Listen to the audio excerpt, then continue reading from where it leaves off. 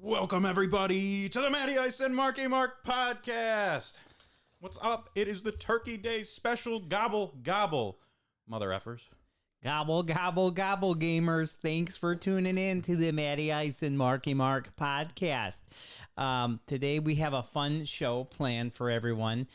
We hope you enjoy it, and everyone's more than welcome to tune in to the chat here and talk with us during the show. You sound like a Golden Girl or something, like on the morning show. Okay. It's my Midwestern soccer mom voice. That's a good, there you go. That's exactly what we want. Kinda Canadian, but not quite. Not quite Hoosier yet. If you know what time it is, everyone? It is share o'clock. Anyone that's in the chat, go ahead and chat with us. Hello, Isaac. Thank you for tuning in. Podcast on one screen and Borderlands on the other. This night just gets better and better. And John Madden. John Madden. Well, you see, Pat, I can't do a John Madden voice. Oh, man. That would be a fun impression to learn, because he's a very distinct voice. Yeah. He's a great announcer, too. I got to do share o'clock right now. Share o'clock. Share o'clock. Okay. Oh, my God. Awesome. Isaac, appreciate you, man. Appreciate you watching. Even while you're playing Borderlands, you are a freaking trooper, dude. Heck yeah. Perfect here, live as fuck. Oh, Mr. Perfect's here as well. Yeah. What's up, Rick? What up, Rick? We got a little Turkey Day special, even though it's not Turkey Day. That's close enough, though. Yeah, everyone's like, Black Friday now, why not? So we'll figure we'd do it too. Yeah, everyone's posting their Black Friday deals. I got mine up for the stove. I was thinking about mine today. Never did it. Whatever. It is what it is. Figure it out on Friday. Fuck it. Dude, I fucking spent like 2 hours, thank you, on making my flyer. And let me tell you something. I used to really enjoy making flyers, like tournament flyers, or It sucks. I cannot stand it, and it gives me like anxiety now because I want to make the perfect flyer, and I have no fucking skills in it whatsoever. Hire a graphic designer. The graphic designer that we had was in Germany. Oh, Mr. Connolly. Oh shit. He always works at. He He's always in does Germany. That dude's fucking everywhere. He's like the most popular man in the world, I think. Did you see my Black Friday flyer? Yeah, It's pretty decent. it's crazy because one of your deals is kind of what I was thinking about doing. The Joy. The DVD. Oh yeah, it's a great deal. It's just fucking shit you have a ton of. Yeah, I have like a bajillion DVDs at my store. Seriously. Why do you say it like that? Seriously. Seriously. Seriously. Seriously, Sarah. Oh, really? Oh, for all. N.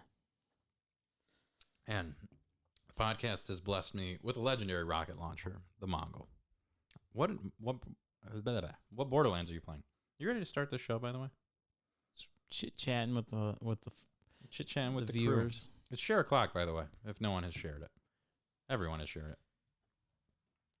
Think Just loosening up, bro. Just getting loosey-goosey. Yeah. Got a podcast to do. All right. You ready? These people are ready. These people are ready to talk about Turkey Day. Seriously. Okay. Srosly. Ready to rock it out? Srosly. There's everybody. There's our people. Okay, it's time. All right, let's do this. Look at the intro this week. Oh no, because you had it planned out. You go for it. Gobble, Gobble gobble gamers. gobble, gobble, gobble. I'm gonna say it like that. Fat Let me do it. Albert? Now you ruined it. Who is it? I don't know. It sounded like Fat Albert. Gobble, gobble, gobble. Like that. Do it whatever you want. Gobble, gobble, gobble. Sound like fucking Big Bird now. Game time with Fernando. Hey. What up, man? Hey, Kermit. Gobble, gobble, gobble, Kermit. Okay, are you ready? Big Bird. Stop. Just stop for the love of All right. God. You ready? Gobble. Season 6, episode 21. Well, the intro music I'm going to use is Blitz, so I thought it was Quarterback Club. Is it Blitz? that's intro music will be Blitz. Mm-hmm. Gobble, gobble, gobble. Yeah, let's go with that. I like that one. All Okay. All right. 3, 2, 1. Gobble, gobble, gobble, gamers. You're tuned in to the Matty Ice and Marky Mark podcast, season 6, episode 21. I'm here with Matty Ice. What is going on, everyone? You are here joining us today for the Turkey Day special, the Thanksgiving Day episode, a little bit before Thanksgiving, but Mark and I are going to be very busy in the lead up to that. And That's right, and I'm Mark, and I'm going to talk the whole show like this. That's a good Gorex voice. Gorex. No, my voice is already hurting. You don't think you could do that whole show? I don't. It's already cracking at this point. Speaking of Gorex, stay tuned for the show. We have a great D&D update. Probably the best week of D&D I've ever played in my life. Yeah. So I'm excited to hear all about it. Yep, because gonna once be again, badass. you did not show up. There was a small event happening at Meteor Reload Flint, and which you went to. Yeah. I had to help with it a little bit. Okay, we'll get to that later in the show. Why Let's, why don't we start with what we've been playing, Mark? What we've been playing. Dun, That's dun. soundbite. I made it. I don't know. We should get a soundbite for it. But so last week we talked with Andy about the Grand Theft Auto San Andreas being on Game Pass and Vice City, I believe, being on PlayStation Now, and it getting not so great reviews. So, as I said, I was going to download GTA San Andreas. This is nice and close there. Yeah, I played it actually. It's weird you say that. I actually also downloaded it and played it. We didn't even talk about this to each other. We didn't, yeah. We didn't even put this on the sheet. No, this is out of nowhere here. That game Anarchy. Not following the outline. looks like shit. Like, it does not look good at all, but it's still fun.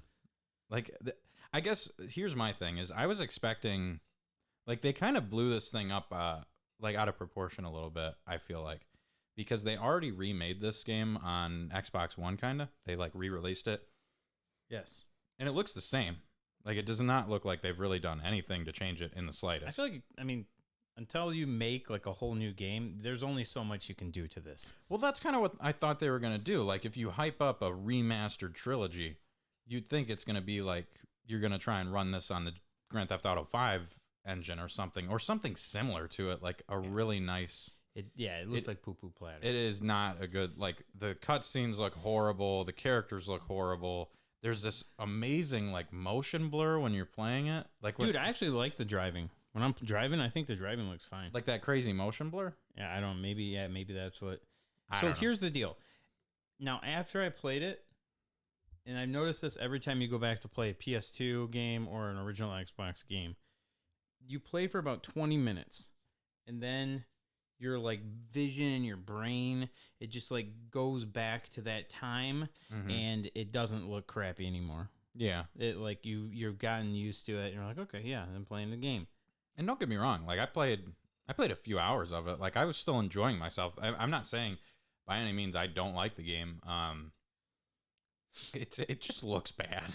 It just doesn't look like a remaster, really. But it's still fun. It doesn't. It really doesn't. It just looks like you're playing it on your PS2. Yeah, it's like when it is exactly what it would look like if you ran that through an emulator and played it like on a 4K emulator or whatever. That's pretty much exactly what I feel like that would look like. I would like to play it like side by side, PS2 and this one or something.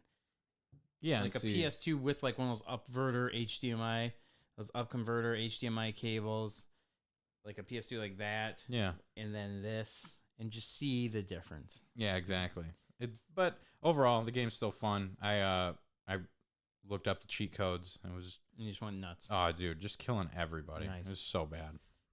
But so I was playing that, and then over to Mark's right, there was a new game that dropped as well. The Pokemon Brilliant Diamond and Sterling fucking Pearl or whatever. Shining Pearl. Shining Pearl. Matt, I don't care because I bought Diamond. I bought Shining Pearl and didn't bring the case. I was not informed. I know. I didn't think about it. We have a set to do here. Yeah. So yeah, Shining Pearl. Got that. Got it early. Yeah, we did get it early, which was a cool. And Nintendo would not let me redeem my tokens. Oh, I got mine. I did. I tried to redeem that. Well, you never redeem it the first day. Well, I redeemed them 11.58 to see if it would let me do it. And it's like, no. It won't. No, when you get a Nintendo game new, it doesn't even let you redeem it like that first week usually. Oh, really? Yeah. But yeah, so here was I'm curious your first impressions of this game. Because my first impression of this game, started it up. I got through the fucking dialogue and the creating my characters. Yeah. And it crashed. It crashed and I had to redo everything. Which it was the first day. It's like, whatever. That's weird. Yeah. I've never had a Switch game crash on me. Never had a Switch game crash, and I've never had a Pokemon game crash like that. Yeah. But it crashed, so I had to redo the fucking dialogue with Professor Birchbark. Sure. Yeah, whatever. Sure. Some tree name. And I gotta say, the chibi art threw me off initially. You didn't know it was gonna be like that? I knew it was gonna be like that, but I didn't realize this is what it was gonna look like. Yeah. And after it was just seeing your character, and then you go downstairs and you see your mom, and she looks like younger than you somehow. It's like, what the fuck's happening? Yeah, at first I'm like, man, I wonder if this is like my kid version of myself. And I went downstairs and I saw my mom, and I'm like, oh no, even the adults look like this. Everyone looks like this. It was just like with Grand Theft Auto, where I just had to play it for a while. Yeah, and I got used to it. I literally left that town, and I was like, oh, this is fine. This game looks great, actually. Because then when you get into the battle, you see your character, yeah, and he's not like that. He's like actually looks good. Looks like a normal human being. Yeah. And I gotta say, I'm really liking it so far. I like the art style now that I got accustomed to everyone looking like 5-year-olds. I'm big into it now. It's like the Fisher Price little people. Yeah, exactly. Yeah. They all look like pop figs. The one thing I was curious about was how they were gonna redo the soundtrack. Like if they were gonna just fucking blow it out of proportion, or just keep it nice and simple and just like Diamond and Pearl were, because those were really good soundtracks. And I was pleasantly surprised. The soundtrack sounds almost identical to Diamond and Pearl. I really haven't noticed much difference at all. It just sounds exactly like those games did. And kind of like DuckTales last week, where they tweak it just a little bit. Just a little bit to make it like slightly noticeable, but it doesn't take away from it. Because those soundtracks were so good to begin with anyway. But I'm liking it so far. Yeah, I'm a fan of it. I've caught a shitload of Pokemon already. I haven't played too much yet. I'm playing this game completely different than my old style used to be. Just bum rush through it all? Yeah, get like 5 Pokemon, 6 Pokemon, and just let them die so I could revive my other one, like my main one, and then just beat the game that way, which is just a horrible, abusive version to play of Pokemon. Yeah, no, like what a shithead. I got the first badge. I'm not very far, just first badge. There's been another game that's been taking up some of my time lately. What might that game be, Mark? Halo Infinite multiplayer. Yeah, it is. There's no campaign or forge mode, but the multiplayer is out, and it's free. Yeah, on Game Pass. Cheers. And Holy shit, is it fucking awesome. Dude, that multiplayer is fucking great. You liking it? I'm horrible at it. I'm fucking horrendous at that game. The second they get squat. The second they have SWAT in there, we'll be talking some different stories here, but regular Halo, I'm not great at, but I'm really enjoying it still. Dude, it's good. It's real good. And you know what? You'll get better at it. You just got to play it more because I started getting better last night. Melee is like it's really broken. It's so there's like it's exactly how it always is. If you're close to them, just fucking smack them, step back, pistol, headshot. Yep. Like that's like there was times when we were in like a big team battle or something, yeah, and we had like this control game going, and I noticed if I would start shooting my gun, I would get noticed and they would just own me. But if you just roll in there, because a lot of people aren't even paying attention to radar right now, yeah, you just roll in there and just start hitting them from the back, getting like this assassinations, yeah, and then you're just taking them down that way. It's pretty fun. I don't like. I like the commando, the DMR. That's like the DMR's been made like a assault rifle almost, and it's tough to use, but rewarding if you can get good with it. I suck with that gun. That gun's really hard to get kills with. So the cool thing too with this is there's a sweet, like this sounds weird, but the tutorial mode is actually badass. I still haven't played it. The tutorial mode's got a really badass cutscene for the intro and everything where it takes you in, and man, that's where you get to see the graphics of this. And like on the Series X, it's fucking impressive.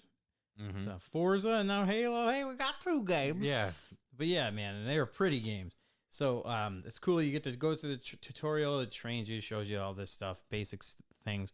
But they also have a weapon, like a firing range, and you get to test every different weapon on it. And there's like a score, and you get like 3 stars by completing each one.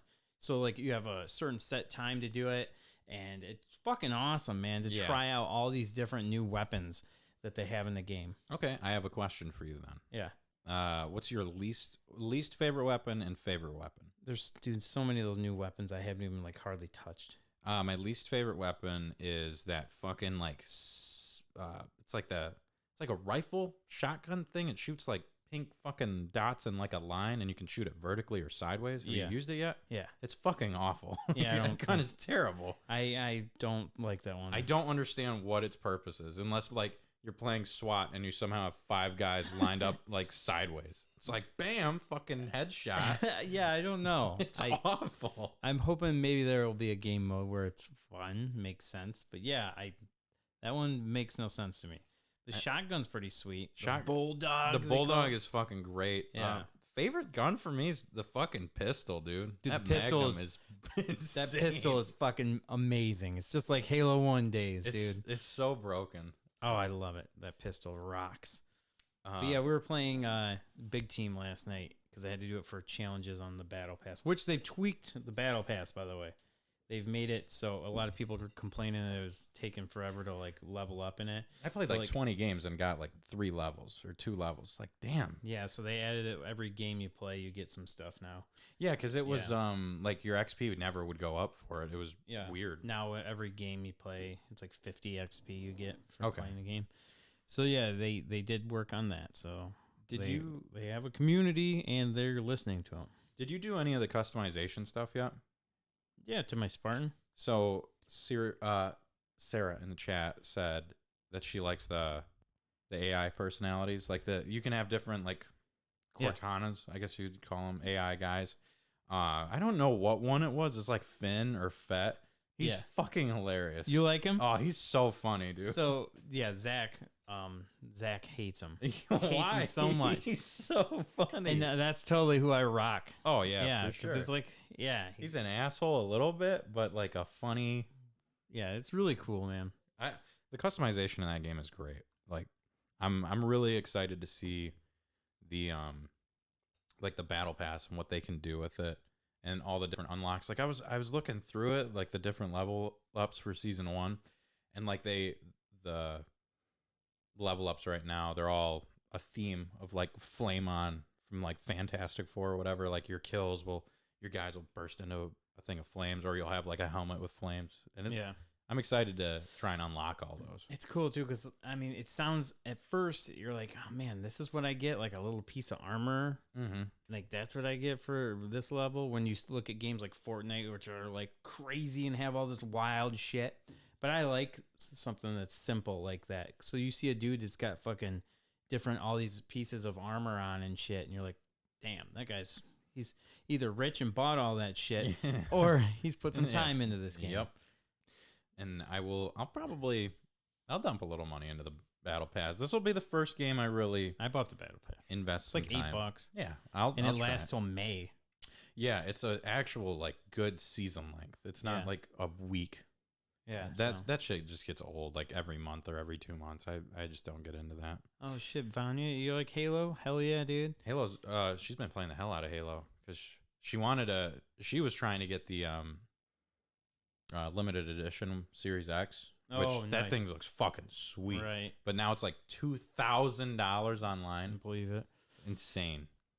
But yeah, been having a lot of fun with that. You, Zach, you and I played some games together played some ranked games together. After playing that tutorial though and seeing the cutscenes, man, I am hype for the campaign to come out.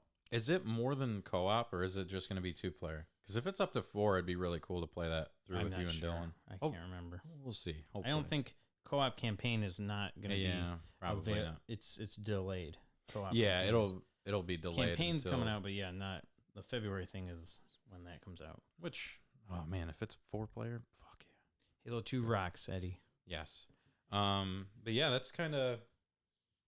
I played one other game. I was going through the Game Pass stuff and checking shit out just to see what it was. So there was there was a bunch of different ones. There was like Curse of the Gods. It's like a Hades ripoff. It was like a pirate Hades version. That was really cool. And I'll go back and find out exactly the name of that game and play it some more because I didn't make it very far. And then Sarah and I played Spiritfarer, I believe it's called. It's a really cool co-op game. There you play as like a sailor girl almost, and then a cat. And basically what it is you're taking over. I don't know how you say his name. Is it Charon? The guy that the boat? Yeah. Charon. Yeah. Charon. So you take over his job. He decides to move on from the underworld. Charon? I don't know. Whatever. Charizard. You take over his job. Yeah. And you are supposed to fare the spirits between worlds and stuff like that. You're supposed to be like their hospitable. You're being hospitable for them, cooking them meals and shit like that. So you have this like gigantic fucking boat that you're building different amenities on, and you're learning all the stuff from these That's sweet spirits, and you're like fishing off of it to get food so you can cook for them. It's really fun to play co-op actually. Yeah, that does sound neat, and it's cool, different. The fucking art style, it's like it looks like hand drawn, like painted. It's really fucking cool, and it looks great. So I'm excited to play more of that. Spiritfarer, I think that's the name of it. It's on Game Pass. Nice. But yeah, another game on Game Pass is Minecraft Dungeons. My kid is obsessed with this game now. He took over Pokemon. Like, he picked up the controller while I was playing it, and he started playing. He started moving around and stuff. I'm like, what are you doing? That's my game. That's my Pokemon. Mm-hmm. And he's just like, I'm just checking it out. And I'm like, okay. And he's like reading. So I'm like, okay, this is good. He's reading. Mm-hmm. Like, yeah, okay. And I'm like, you're not going to give me that controller back, are you? He's like, no, I'm interested in this. I'm like, no, I don't want you to play my Pokemon. I want to play my Pokemon. Otherwise, I'd buy you your own Pokemon. And then he's like, well, play Minecraft Dungeons with me, and I'll give you the controller back. I'm like, fine, deal. So I played Minecraft Dungeons with him. And then I got to know the story behind this. So I was at work. Was that yesterday? Yeah. Yeah. So I was at work on a Sunday, which I hate. And been going through a lot of stuff lately. So a little bright spot in the day helps out a lot. So I get a text from Mark that I do not understand at all. What was it? It's great. Did Reed actually text that to me? Yeah. Well, he did the voice to chat. Okay. Voice to text. Oh, okay. That's awesome. He texted. He picked up my phone, and he's like, because we were playing Minecraft Dungeons, he's like, we need to get Matt back over here and play, because we played that one time. Yeah, and we had a really good time. He's at work, man. But you can like text him, and he picked up my phone and found you on my phone and text you. So this is the text I get. It's like, hey, Mark, it's Mary. I don't play dumb Minecraft Dungeons and Dragons Assistant. Hey, man, it's me, Reed. Are you going to play Minecraft Dungeons with us? Like, and then you called me, and then he called me. Yeah, because he tried it first time, and I looked at it. It was all fucked up. I'm like, try again. Yeah. So he called me, and I'm like, all right, well, I'll answer Mark's call for once. Yeah, right. Jesus. Oh my God, I answer your phone call all the time. So I answer it, and it's Reed on the phone. I'm like, hey, bud, what's up? And he's like, good. Like, what's up? And he's like, he's just asking me to play Minecraft Dungeons. And I'm like, yeah, I'd like to play that. Do you want me to play it at my house, or do you want me to come over to your guys' house and play it? And he's like, yeah, I want you to come over here and play it. I'm like, okay, well, I don't know if I'll be able to tonight, but I will definitely come over and... No, you said I will call you after work, and you never called, and I got reminded of that. I told him I'd call him after work. Yeah, to see if he'd come over, and he stayed up. But I informed him that it's Black Friday season, and we're very busy. Yeah. So he said, well, can you at least play it after the holidays? Yeah. So I will make sure to call Reed back and let him know I will be available soon for more Minecraft Dungeons. 7-year-old's got your number, man. Wants to play some Minecraft. That's cool. I literally, Matt was working with me. He's like, that was fucking cool, man. Because I didn't have him on speaker, but you can hear it through my head. Yeah. My headset. So when we started playing Minecraft Dungeons, that was right when it came out, right? Mm-hmm. They have added so much fucking DLC to this game. Really? Yeah. Because it was pretty bare. It's like it was free. fun. It's free, this part, but then all this other stuff you got to buy now. This game is going to make me lose a shitload of money. Because he's like, oh, got to get to the Ender Dragon, dude. Got to get that. What up, Jose? What up, Dom? It was fun, man. Like, I definitely had a good time playing it. It was a little bare bones, and that's a game you have to play with people. Playing it alone is like, you just start thinking about Diablo. It's like, why the fuck am I just not playing Diablo right now? But when I was playing it with you guys, I had a fucking blast. You shit on this game before. Yeah, I did. And I said that exact same statement right there. My views have not changed on this from episode 47 of this podcast. News. Yeah. So that's what we've been playing. Let's get to some news.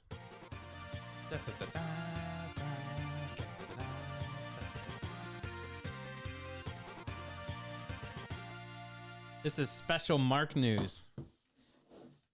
Speaking of Pokemon, because I ripped mine. Special Mark news is Mark found a glitch in Pokemon. Nice. I didn't tell you about this yet. No, I saw the thing. I'm like, oh boy. Yes. So it's kind of weird that you said the game crashed on you. Oh boy. So, okay. I had the Bidoof in my party. I don't think I've caught one yet, and They're pissing me everywhere. off. Dude, I have not fucking caught one. Are they not for your game? They have to be. I'll be pissed if they aren't. That I have fuzzy like little 3,000 Bidoofs you can have. Bidoof. So I had Bidoof in my party. And then anyway, I caught a Geodude. And I replaced, when I caught him, I was like, I had 6 already. And I was like, okay, I will replace Bidoof with Geodude. So Bidoof is now in the box. Mm-hmm. And Geodude's there. Then I taught Geodude how to do Rock Smash. Okay. So he can break the rocks. Like the HM, right? Yeah. So every time I go to use Rock Smash, it pulls up Bidoof. No, for the animation? Yeah. That's fucking awesome. Bidoof doing Rock Smash. Geodude's using Rock Smash, but it shows Bidoof every time. Geodoof. Doing fucking Rock Smash. I'm going to have to nickname him now. Geodoof. So, yeah.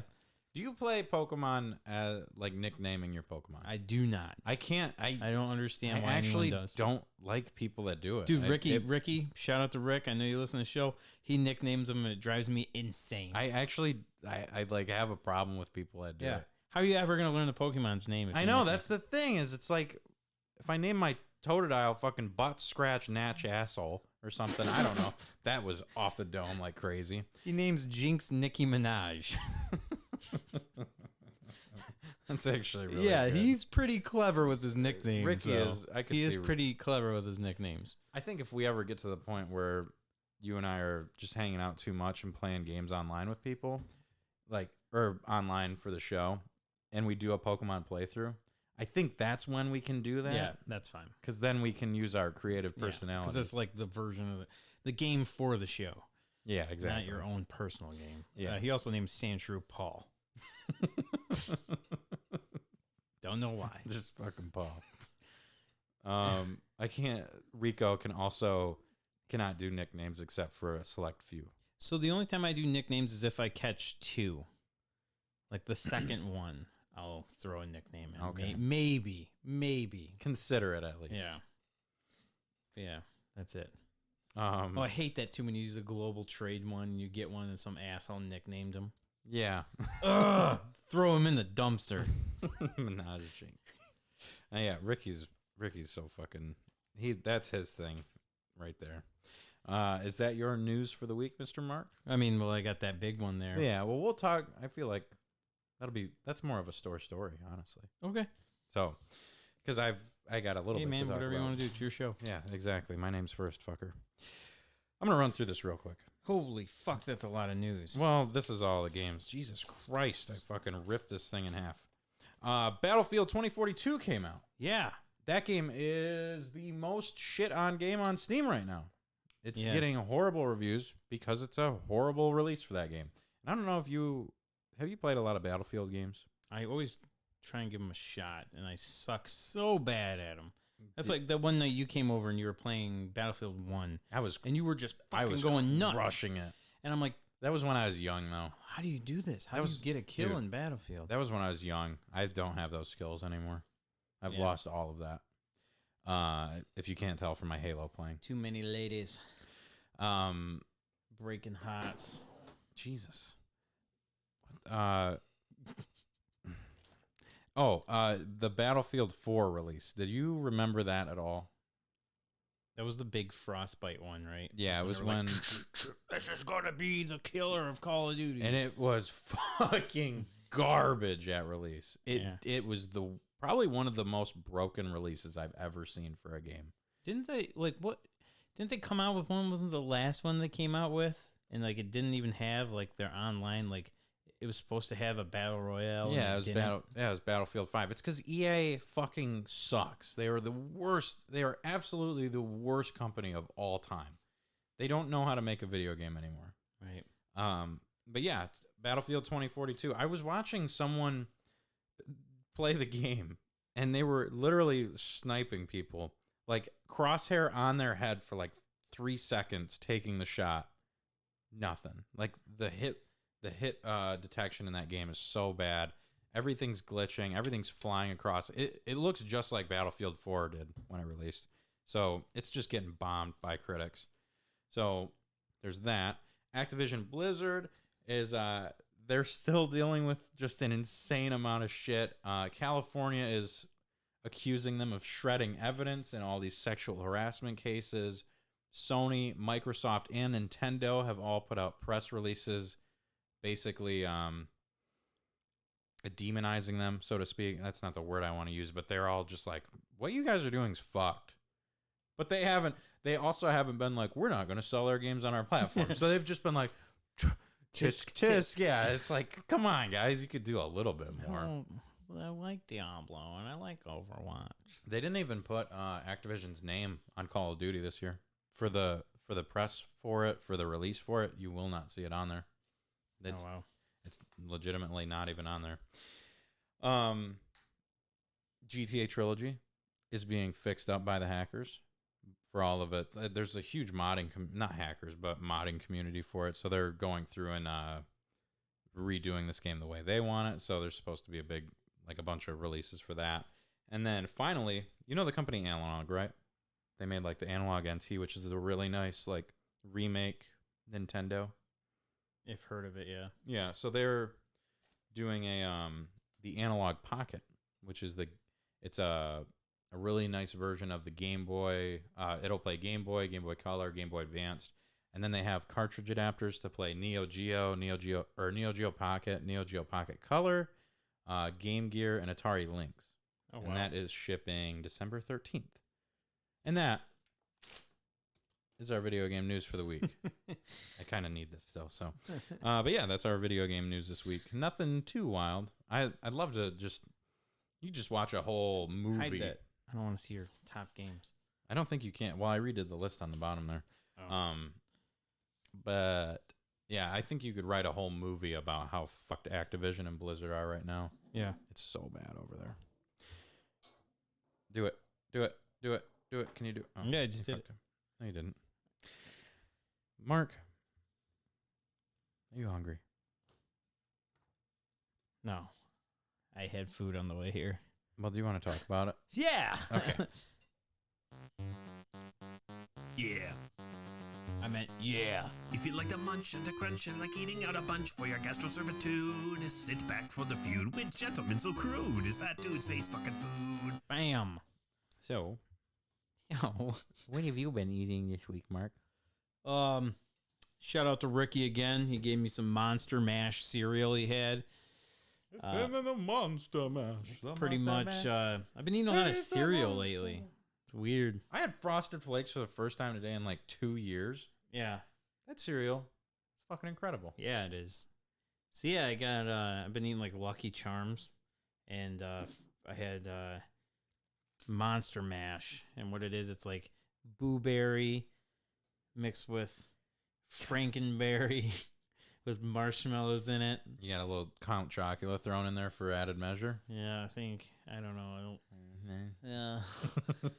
It was like the family size box, and I almost crushed that whole thing in one sitting. It was fucking crazy. I was just like, Amanda walked in. She was like doing her homework in the other room, and then she like came in and like I'd been like when I bring the cereal bowl out, and I bring the box out, and I fucking bring the fucking carton of milk out with me too, and it's all sitting there, and I'm just like, What's wrong? I'm just going to town, and I finish the bowl, and I just pour more into it, and I just keep going, and then it fucking gets down to like where it's running out of milk, and I pour it in there, and and she walked in, and I'm like, and I pull up the fucking gallon of milk, and I just pour it back in there, like I refill that bitch, and I just keep going, and like I'm just like at this point in the game going at it, and she walked in the room, and she's just like, hey, and I just like, rah. She's like, having cereal, huh? I'm like, yeah, watching the Lions, they suck really bad. Oh my God. And then yeah, so that Monster Mash cereal, pretty good, but it does give you the Captain Crunch effect. Oh, the roof of the mouth. Oh, my whole mouth is just like I just chewed on glass. Does it even bother you anymore? Because I never care. Like I'll eat it. I haven't had cereal in a long time, so this is like fresh open wounds now. And kind of nice. It hurts. Dude, I'm in pain, Matt. I love Captain Crunch, and I've never had that thing from it. Oh, really? I guess I don't understand how you get that. Do you just like take your tongue and fucking scrape the cereal against the roof of your mouth? Like just fucking chew it and swallow it. I don't understand how people have an issue with that. It's like razor blades in your mouth. No, it's fucking not. It's literally something that you could just chew and swallow. I don't understand the fucking problem with it. How much cereal are you putting in your mouth that it's pushing up against? That's it. I like have like a fucking tablespoon when I'm eating this. Like a fucking just shoveling that shit. Like whoop. Yeah, just shoveling that shit right in my mouth. That's probably it for sure. I've got 2 sizes of spoons in my house. There's the little spoon for cereal. Yeah. And then the big spoon for ice cream. You use the big spoon? I use a big spoon for ice cream. So is that to scoop the ice cream into the bowl, or you actually use that? Oh, of course. I don't fucking use a bowl for ice cream. Oh, yeah, that's right. I live alone, thank you. I don't need a bowl for my ice cream. I do. That is nice. I have no use for those big spoons.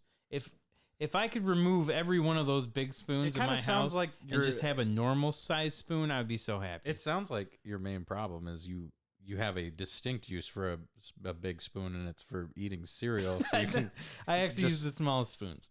what the fuck's going on then? I don't know, man. I just keep going. I think it's I don't chew it. I don't know. You just like swirl it around, like swirl it around, swish it around. I don't know, but yeah, that fucking cereal's baller, and I think I'm all about it now. I'm hyped to be back in the cereal game. Nothing's better than eating a bowl of cereal and watching like cartoons and shit. And I had some more Cheetos mac and cheese. Like after the cereal, like later for dinner. But yeah, if anyone hasn't had Cheetos mac and cheese, please do it. It's so good. It can't be good. It's so good. I can't it's imagine so, like, it's good. Just like created in a fucking chemical lab. Yeah, it just sounds gross in every conceivable delicious. Way. Everyone should get. They even have those little sleazy mac small containers now for it. If you want to try that, I've never tried that way. I actually make it from the box, but so yeah, dude. And then on the way home today to your house, I stopped at Culver's and I had my house is your home. Yeah, it was like the sourdough. Oh God, like the 6 foot tall fucking sourdough melt. No, but it was a sourdough melt. Yeah, it was a double. It was good. It was really good, but I don't know. It's kind of pricey. It's like a grilled cheese sandwich with a burger in there. You know what I don't like about sourdough sandwiches that restaurants make is it seems like they always undercook the sourdough, so it gets too soggy. Like it doesn't hold its form, and it turns into kind of like mush. Yeah, that's was been good. My experience. It was good still, and I will say this: have you ever had anything from Culver's that you've said is not good? I'm asking a question. I've never had anything. So you know how I'm not a big fry guy, right? Yeah. I just got Culver's when we went down for that event. Thank you. When we went down for that event, I stood in line at Culver's, which was a poor idea, to grab food for us. And I got chicken sandwiches and fries and root beer. And great root beer, by the way. Oh, yeah, the best root beer. And I ate those fries cold. And they still blew my mind. Like that place, there's nothing bad that they can make. I even had like their shrimp, which was not that good, and it was still good. Oh yeah, my mom. Here's the thing that we used to do when I was a kid. I would go to my dentist appointment, and then we would go get Culver's when I was younger. And when you're a kid, you get the little bag, and you get like a free custard. So Yeah. she would get like the shrimp basket. I would get a little butter burger. And then I get a custard. And I would always steal like one shrimp from her just to check it out. Always fucking good. Yeah. Yeah, Nothing Culver's, bad there. Culver's, I don't know. You know what? You guys let me know the chat, let us know if you have any bad experience at Culver's, because I just don't think it exists. Yeah, I don't think you can. Unless you Everyone's nice too. Like they're overly nice. It's because they get paid really well to deal with that fucking insane drive-through that they always have. Yeah. The one in Flint was fucking ridiculous. It took me 20 or 25 minutes to get food. Yeah. It's nuts. So, you had that. Shit. I had a fucking thing I was thinking about. Do you have any others that you're... No, that was my food. Fat fuck food. Your fat fuck food. I came home last night. Got out at a decent time. Just wanted to come home, relax, and fucking make some tacos. So I've been working my taco game. I usually, you got like, you can go to the store and get that like spice packet. Yeah. Like pour it in and then pour water. Seasoning, yeah. And I bought 2 of those. And I just was making everything up. I got garlic, green pepper, jalapeno, and onion. I like your kitchen out there, by the way. It's amazing. Yeah. It's so nice. Matty Ice has a nice kitchen. I can actually fucking cook things now. Yeah. And I cook all the time now. Yeah. This is gonna be it's still fat dudes because I still make not good food for myself, but it's homemade at least. Homemade fat dude. Homemade fat fuck. Save money kind of too. Yeah. So I made this, and I've got like my little spinny spice rack. Oh shit, nice. Yeah. So I forgot to put the fucking seasoning in. But I was like, you know what? Fuck it. We're going to try this on our own. And I threw in some cumin, some fucking paprika, and all that shit. I did something I've never done before. I fucking, you know how you fill your taco up, right? And then you put the cheese on it and it kind of melts into it? Yeah. I threw the fucking cheese in to the whole mixture and it melted in as it was kind of cooking. Yeah. And then taco, put that on the tortilla with some sour cream, fucking Frank's Red Hot, because I put that shit on everything. Probably some of the best tacos I've ever fucking made. That's how I make my scrambled eggs and shit. Is I put the cheese in there while it's cooking. Yeah, scrambled eggs. Because it like binds them together too. Yeah. It works great. But yeah, I made some fucking bomb ass tacos. I like this. It's you exploring into the. I'm just winging it. Yeah. Yeah. I have not been doing any recipes I have to make a fucking omelet for a school thing tomorrow. I think I've talked about this. You did. And I still cannot I've actually changed that school project to I'm making French toast tomorrow because I cannot flip a fucking omelet. It's pissing me off so much. I've made 3 now, and they've all went progressively worse. Oh, no. Fuck omelets. Eric said that if you Fuck Eric. Eric said, no, he said that you can do it on the griddle.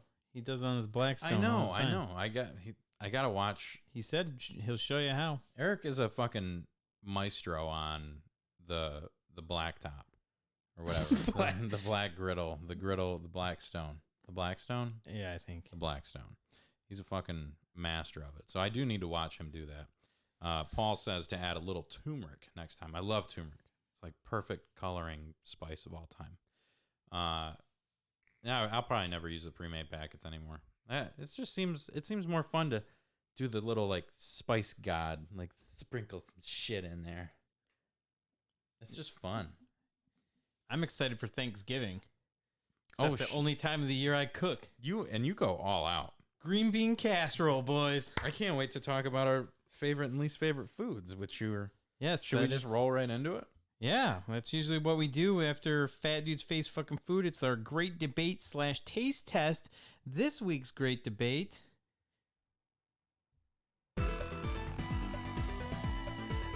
We need more sound bites. We got to get a couple We more. should do that tonight after the show. We should sound bite shop. You have to help me record an anchor read for school, so it's up to you to how long you want to be here. Okay. Okay, let's catch up on chat real quick. So everyone listening, I apologize, but we have missed chat for a while. Yeah, Rico got that. I want more cereal in my mouth than spoon too. Thanks, Matt. Yeah.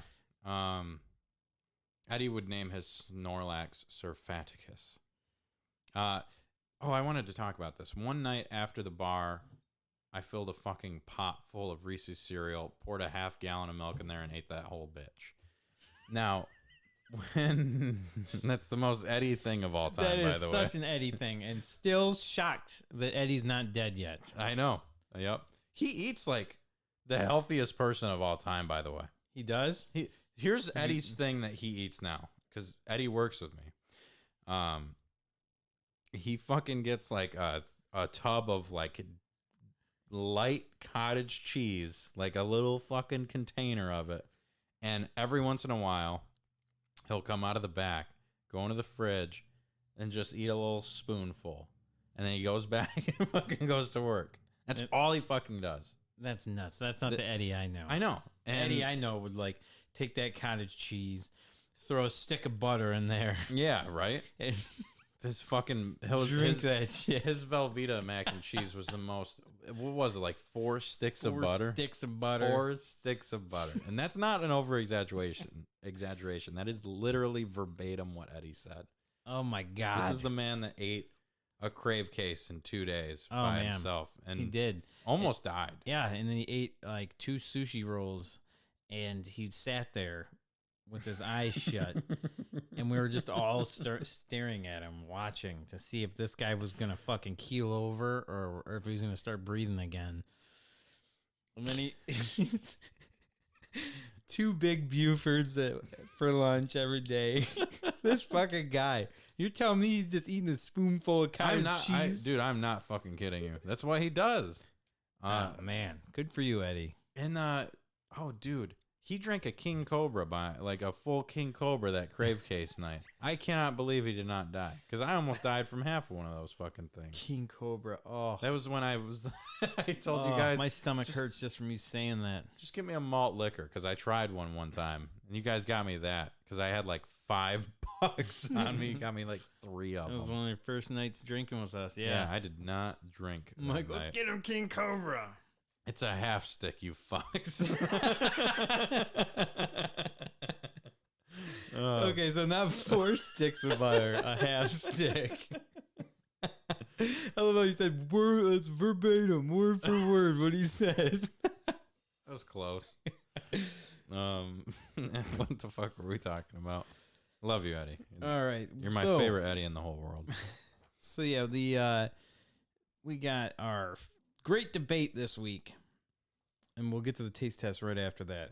But the great debate is going to be very festive for Thanksgiving. It is Turkey Day. Favorite and least favorite Thanksgiving food. Gobble gobble, gamers. Gobble gobble, gamers. So, okay, so this is you want my favorite and least favorite. yeah. And everybody watching and chat, Yeah. let us know what your favorite and least favorite Thanksgiving food is. So I think we should do two of each because I've got 2 lined up. I'm gonna go my favorite, 2 favorites. Literally mashed potatoes and stuffing. That's 100% Favorite? Yep. I mean turkey's necessary in there, but See, like we make these cheesy potatoes, but I don't think that's like classic Thanksgiving. So we also make it scalloped. Yeah, we also make them for like Christmas too. So I'm not gonna count it. Yeah, I like mashed potatoes, and stuffing. I mean, stuffing should. Do we outlaw stuffing because it should just No, be that counts. Okay, It's Thanksgiving for sure. least favorite is the cranberry sauce that looks like a tin can. Freaks me out. It's just wrong in every way. Yeah. And then green bean casserole. Okay. And I've tried. I want you to know. Oh, here we go. I want you to know because I know it is going in. I've known that. I can tell you I've just said one of my least favorite is one of Mark's favorite. Yes. And I've tried yours, and I didn't hate it.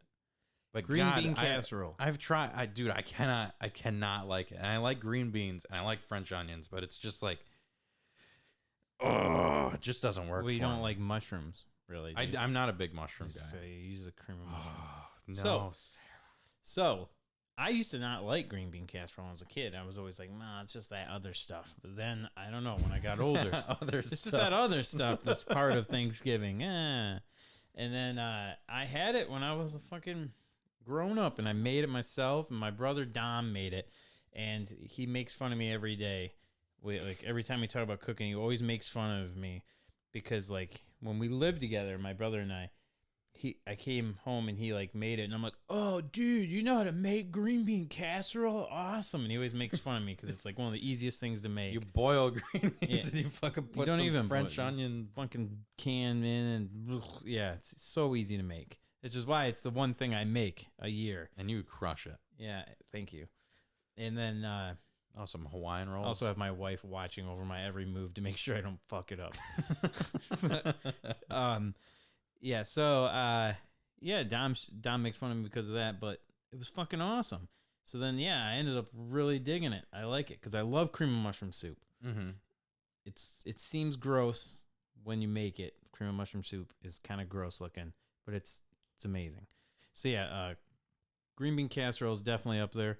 And man, if I had to pick a number 2, and I'm not counting, I mean, what'd you say, mashed potatoes? Yeah. They're so fucking good. Man, I do love mashed potatoes.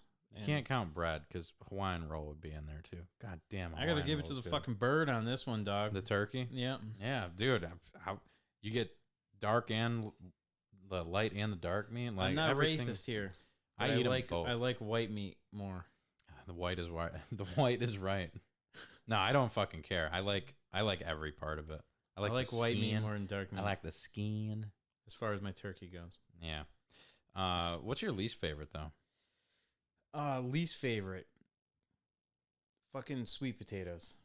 Oh fuck! I can tear into sweet potatoes right now. Oh, gross.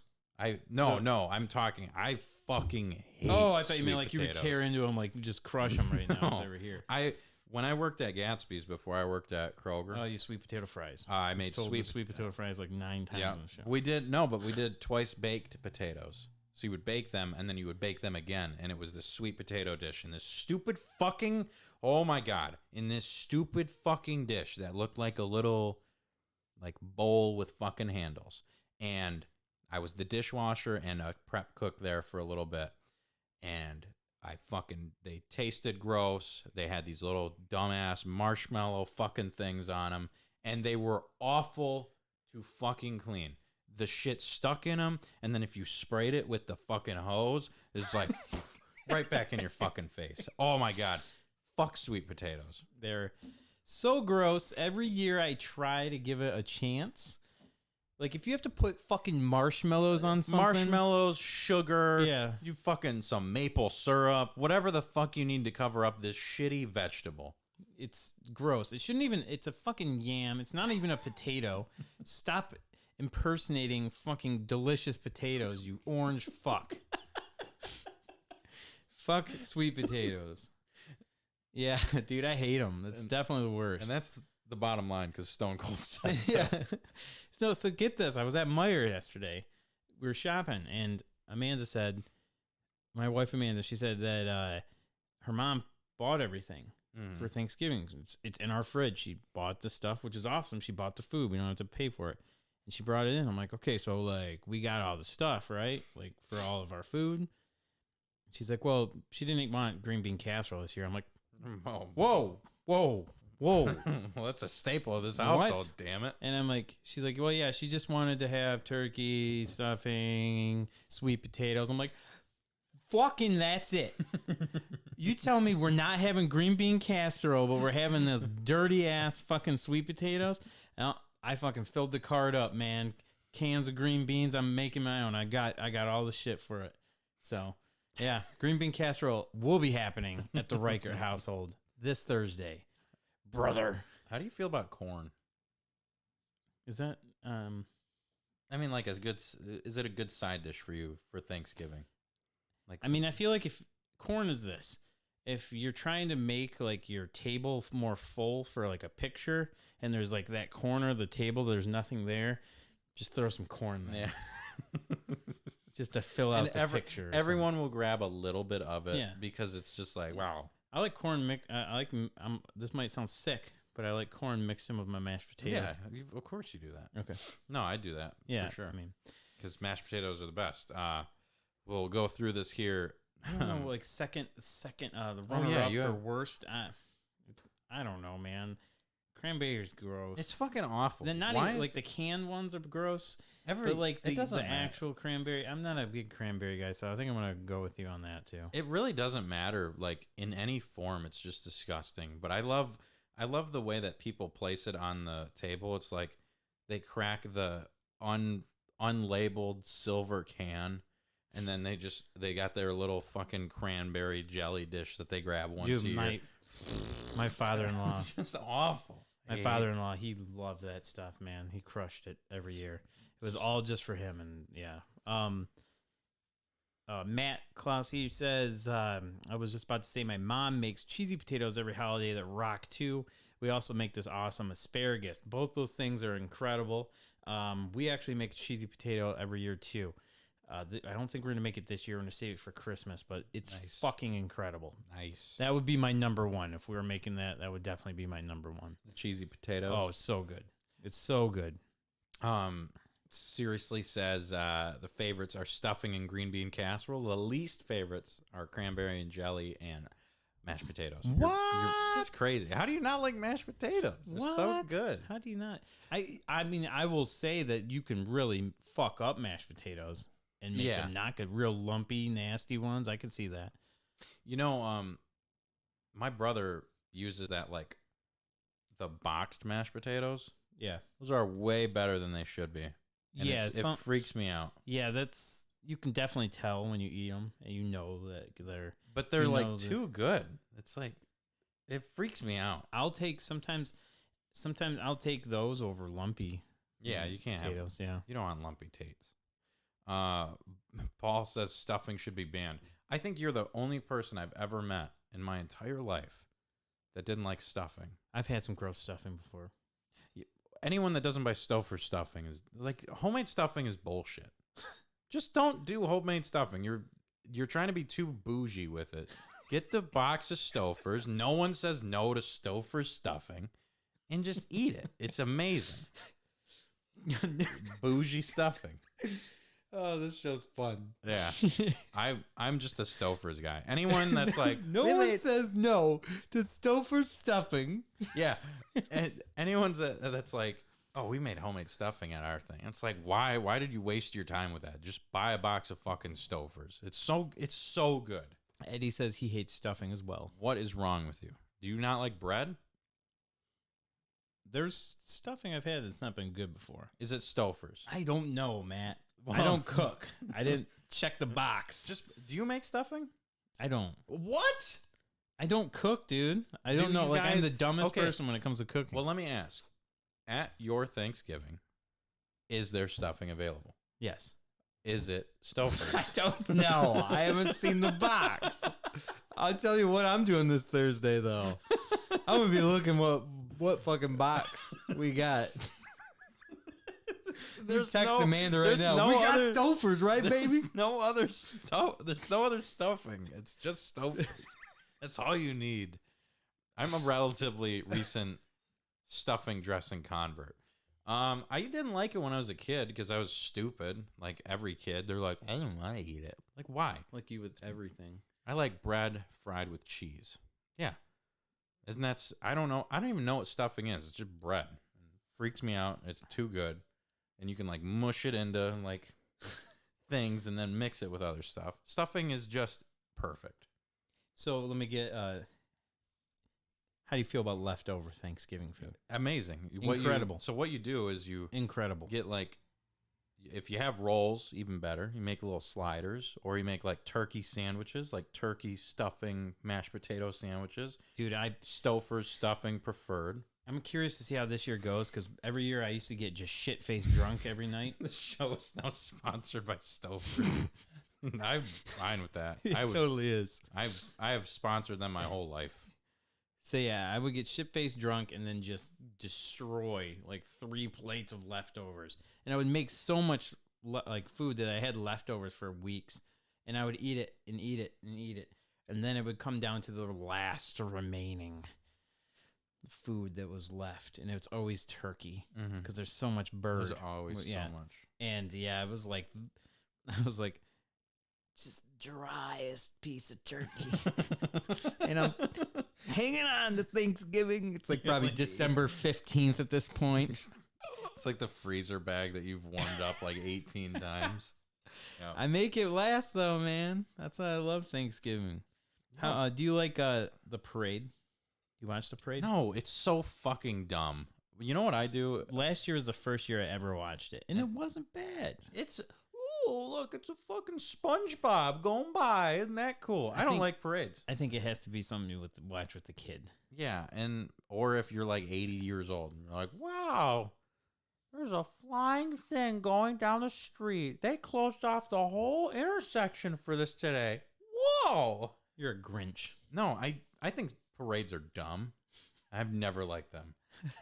I think they're fucking stupid. Even when I was a kid, I'd get my candy. It's like, all right, that's like the 37,000th car that's driven by. I don't care anymore.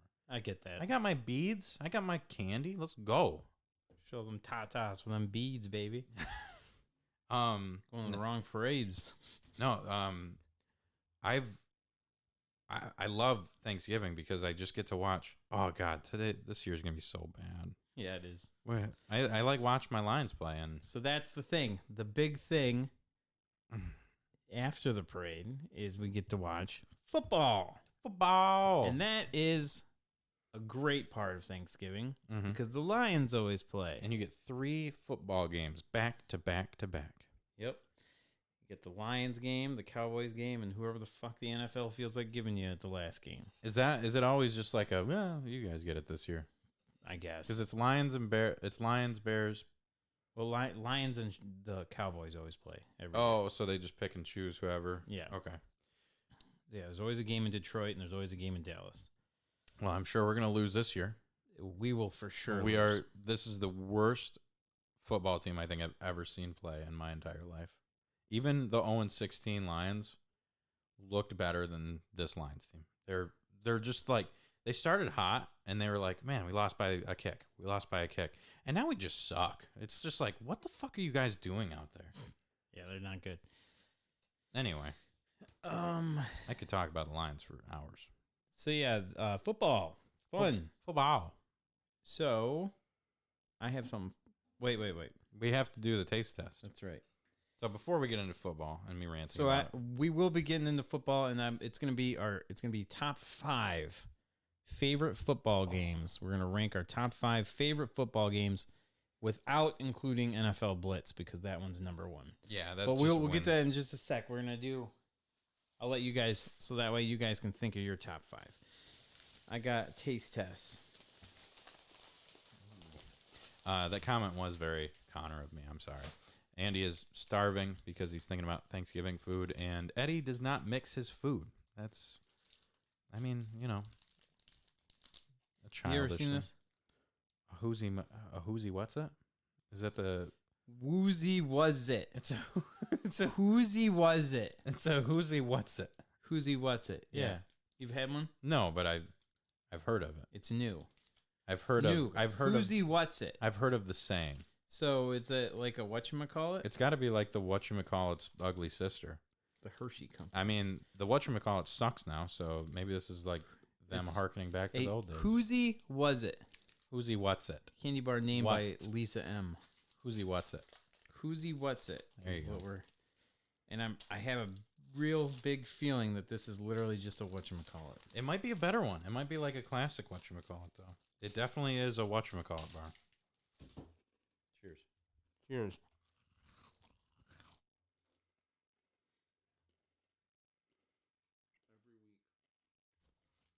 What?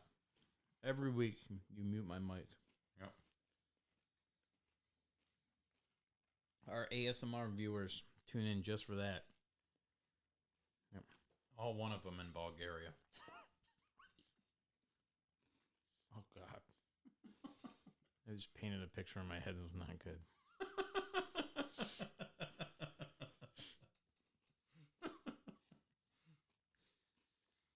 It was just him like listening to me chew while he's like laying in his bathtub naked. He's like 700 pounds. Just finger blasting himself. Stop right now. Just stop it. Stop. Just want you to eat that. Think of that. This is a whatchamacallit bar. I feel like it's got more chocolate in it. Like in the Rice Krispie part. It's crazy. At one point in my life, a whatchamacallit bar was my favorite candy bar. Yeah, I like this. I don't think I'm a crispy guy anymore. Yeah. I'm not as big into it as I used to be. But I will say, it's pretty fucking good. I will give that. The peanut butter is baller. Yeah, really good. I will give that a 7.2 Jesus. out of 10. 7.2. Mm-hmm. I thought that was an enjoyable. Yeah, 7 sounds good. A Whoozy What's It was an enjoyable candy bar. Not a bad one at all. Not too shabby.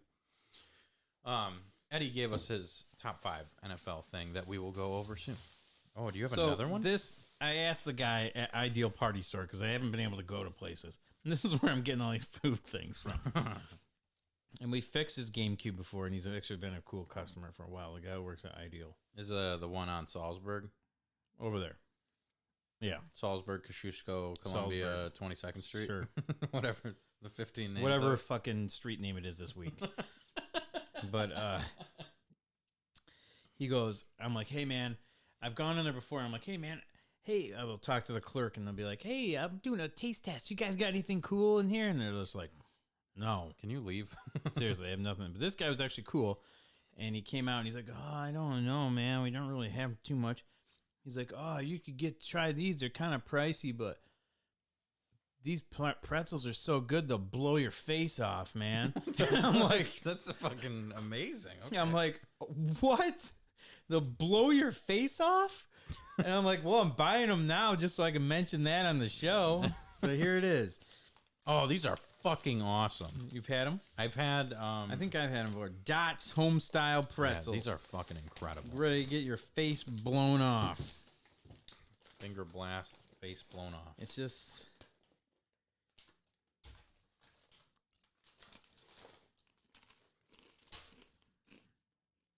Guess how much this fucking bag was? $4.50. $7. Oh my god, are you serious? Yeah. Holy shit. It's actually packed full of them, though. God dang. Those are fantastic. My face was blown off. This is actually blowing my mind right now. These are really good. Holy fuck, they are good.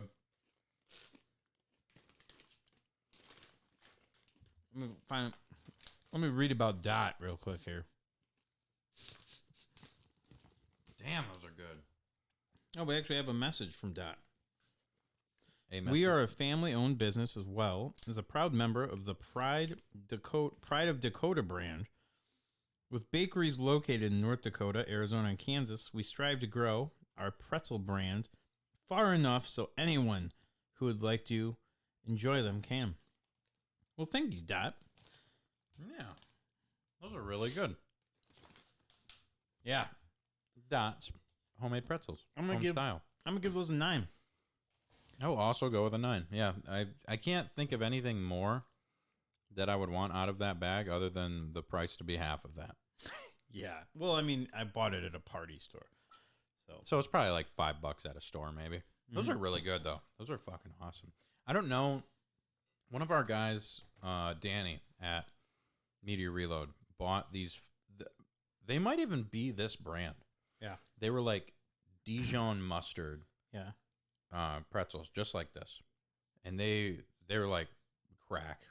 They Yeah, were I so think I've fucking heard good. other people say that Dots is nuts. Want to become famous? We could buy followers and viewers on bigfollows.com. Oh, shit. Thank you, Maple Syrup. Maple syrup.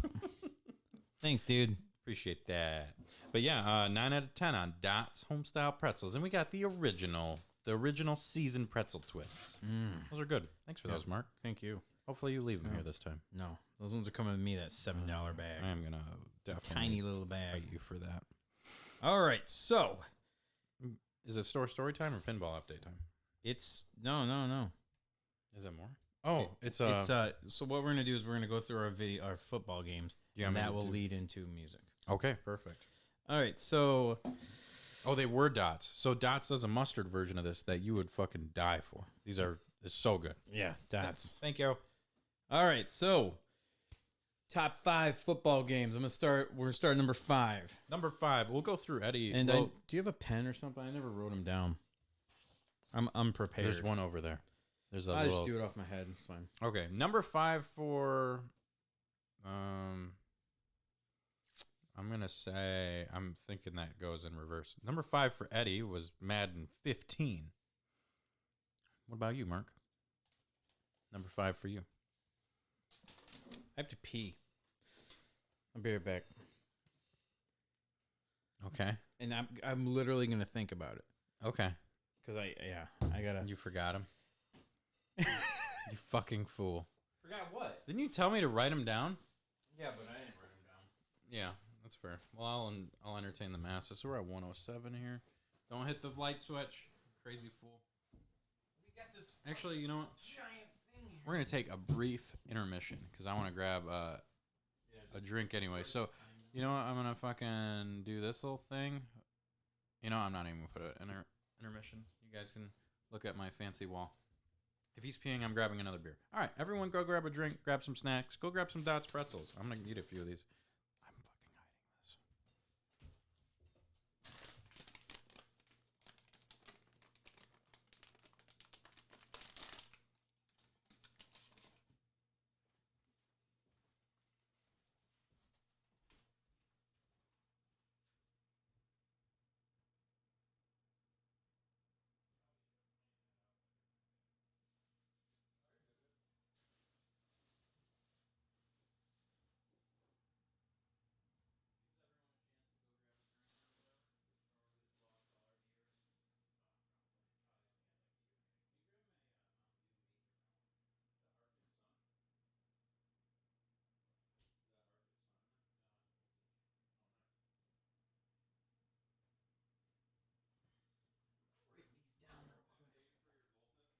What?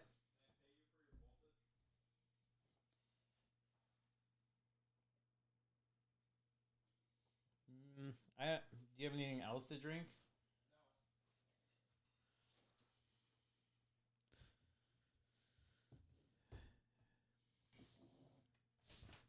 Oh, shit, you still alive?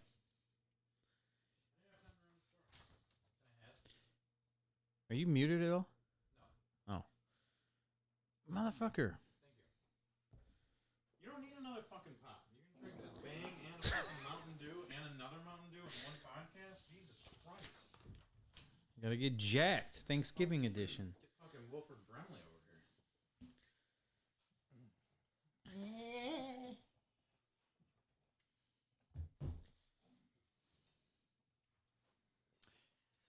If anyone would like to, in the meantime, think of your That's my headset. Think of your top 5 favorite football games of all time. There we go.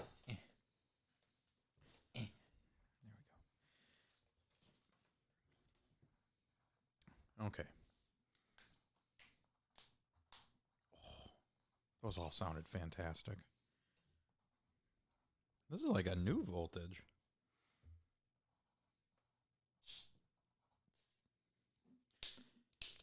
You got your thing figured out yet, Mark?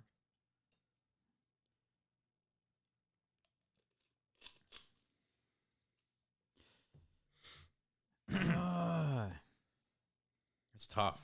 This took me a while. There's a lot of football Should games. have thought about this before we were doing the show. I mean, when you texted me the segment idea, I kind of figured you had your shit like ready to go. Not gonna lie. Oh yeah. That's normally like I got this great topic idea. There it is. I knew them all. I just didn't rank them yet. Oh, okay. That was the tough part for me too.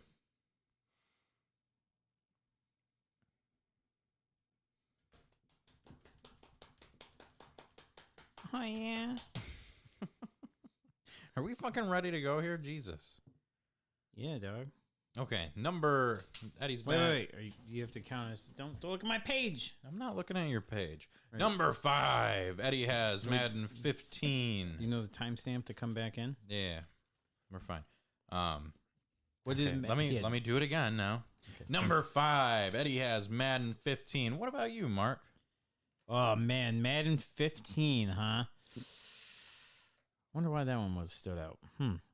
My number 5 is going to be Madden 13, actually. Okay. Yeah, Madden 13 played a ton of the franchise mode, the connected franchise. We had a bunch of multiple seasons going, and it seemed like one of the last Maddens before The last okay Madden. before it started just kind of cookie cuttering. Before 14, or 25 rather, just shit all over it. And I guess I could say a tie to Madden 13. Madden 11 was also one that I liked. The Ultimate Team was pretty cool, but that's pretty much, That was when Ultimate Team wasn't pay to win, and you could actually have fun with it. Yeah. What up, Racer? Thanks for tuning in. Number 5 for me is going to be NCAA Football 2013. I know 2014 was the last one they did. What'd you say? NCAA Football 2013. Yeah, okay. Yeah, the second most expensive one. Yeah, I didn't play much of 14, but I played a lot of 09, and I played a lot of 13, and I really enjoyed the Road to Glory mode in 13, the Heisman moments, and it's odd, but I enjoyed the test taking to try and like make sure you're passing your tests. Like I enjoyed that to try and make sure I wasn't just a dumb fucking jock. So I wanted to try and get like the 80% on the tests and stuff like that. But yeah, I played a lot of those NCAA games. This whole list is a lot of games I played with my brother. But yeah, number 5 for me was that. Number 4 for Eddie, it was NCAA 2010. Number 4 for you, Mark. What would you go with? Number 4 for me was Madden 2002. Oh shit. Yeah, Madden 2002. Got Dante Culpepper on the cover. This is the one that I used my dad wrote us a blank check to go school clothes shopping, and this is the game that I bought with that. What system did you play that on? PS2. And it was like one of the first Maddens that I not like the first one I ever had was Madden 94 on Sega Genesis, but this was one of the first Maddens. Like I would always play at my friend Sam's football games, but this was the first one I had on my own, and I was like really into football at the time, and I played a shit ton. That was probably one of the first ones on PS2. Yeah, the second one. Okay. My number 4 is Madden. Third one. Yeah. Did they do Madden 2? Yeah, they did. Yeah. My number 4 is Madden 2001 on the Nintendo 64. Oh shit! So when I was really young, because I would have only been like 4 or 5 when this game came out, we So young. I know, it's crazy. We rented games all the time, and my brother loved playing football games. And that's why I grew to like him so much. We just played the shit out of him together, and he just whooped my ass constantly. But I remember I was like 5 years old when we were playing this, and I was like starting to learn how to play football a little bit. I would still fuck up like almost all the plays, but I would start figuring out all the different like pass plays, and that was the first one I remember playing and actually understanding like the playbook layout, because they really actually started getting good at displaying that stuff and showing you like what fucking play you're actually going to use. So that was me. We rented that. My list is kind of surprising here. We rented the hell out of that game. There's some heavy hitters that are not going to be appearing on my list. We already said NFL Blitz is not allowed because it's number 1. NFL Blitz is not allowed on Mark and I's list because it's obviously the winner. Yeah, for sure. Number 3 for Eddie is NFL 2K2. I'm curious what you played that on.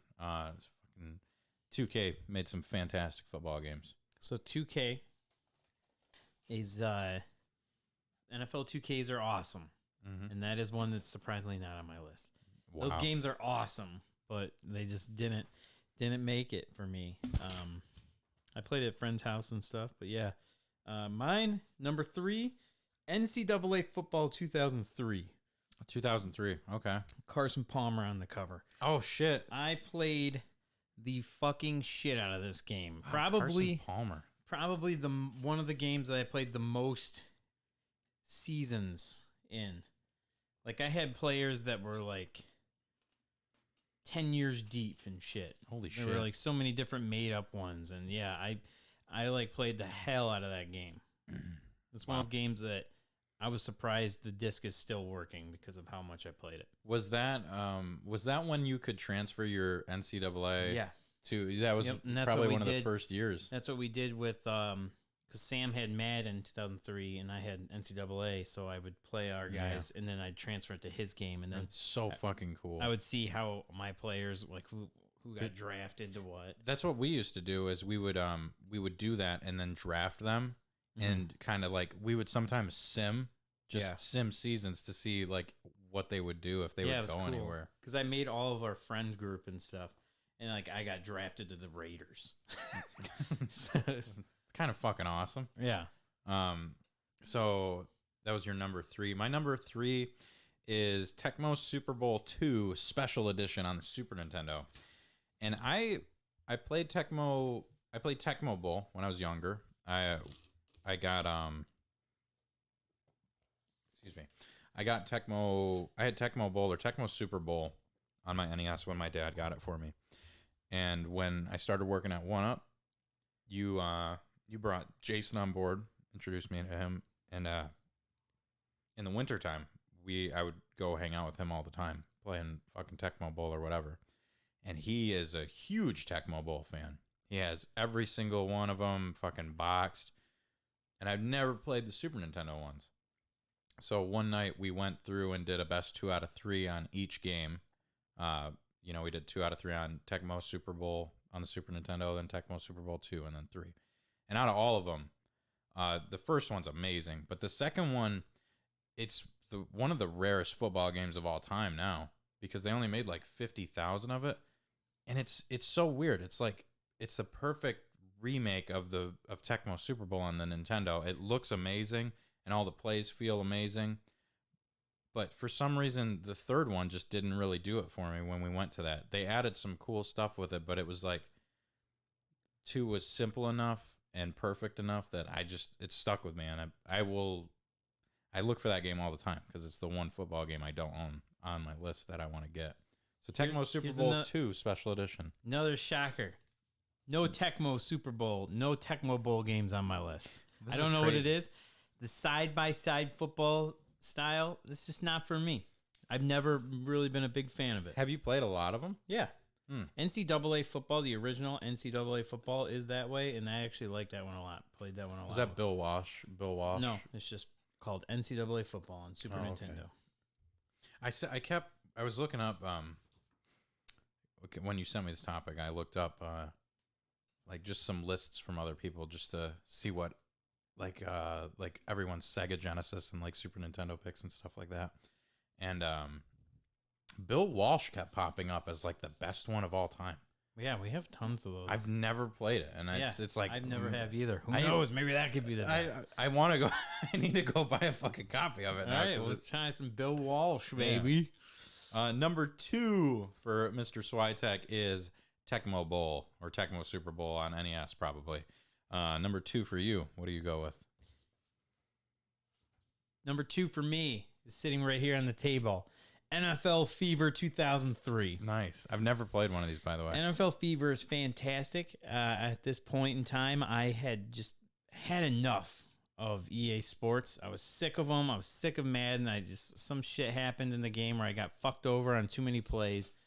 It was just some bullshit glitches and stuff that kept happening. I'm like, I'm done with them.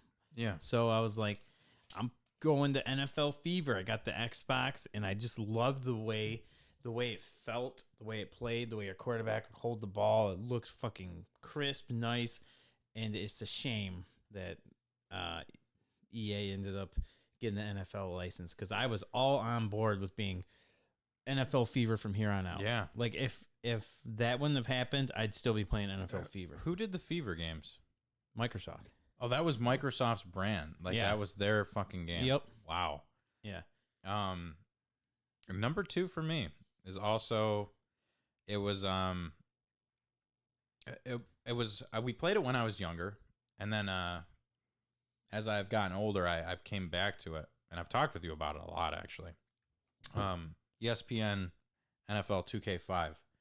I think probably the best football game of all time. That's what a lot of people do think that. It's the fucking presentation for it is crazy.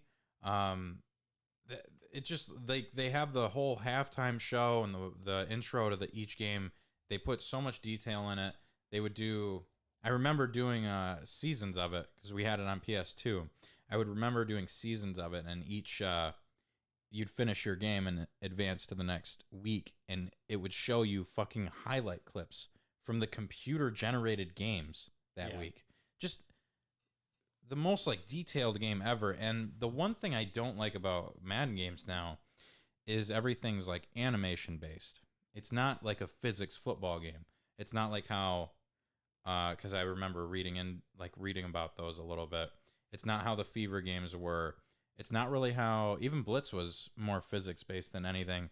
ESPN, 2K, those games were all physics based, and it just made football games feel like football games should. It's not a predetermined thing that's going to happen.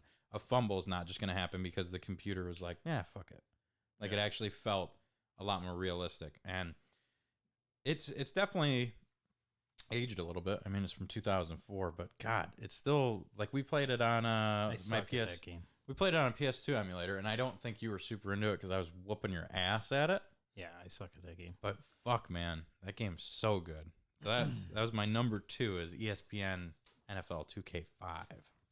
The last 2K game before the fall of EA owning everything in the world. Yep. So the number 1 game for Mark, Eddie, and I. Eddie goes NFL Blitz. Understandable. It's the best football game of all time. I'm going to save my number 1 on this list. I'll let you. You're going to save it for me? No, I'm going to go. Okay. I'll let you go. And then Okay.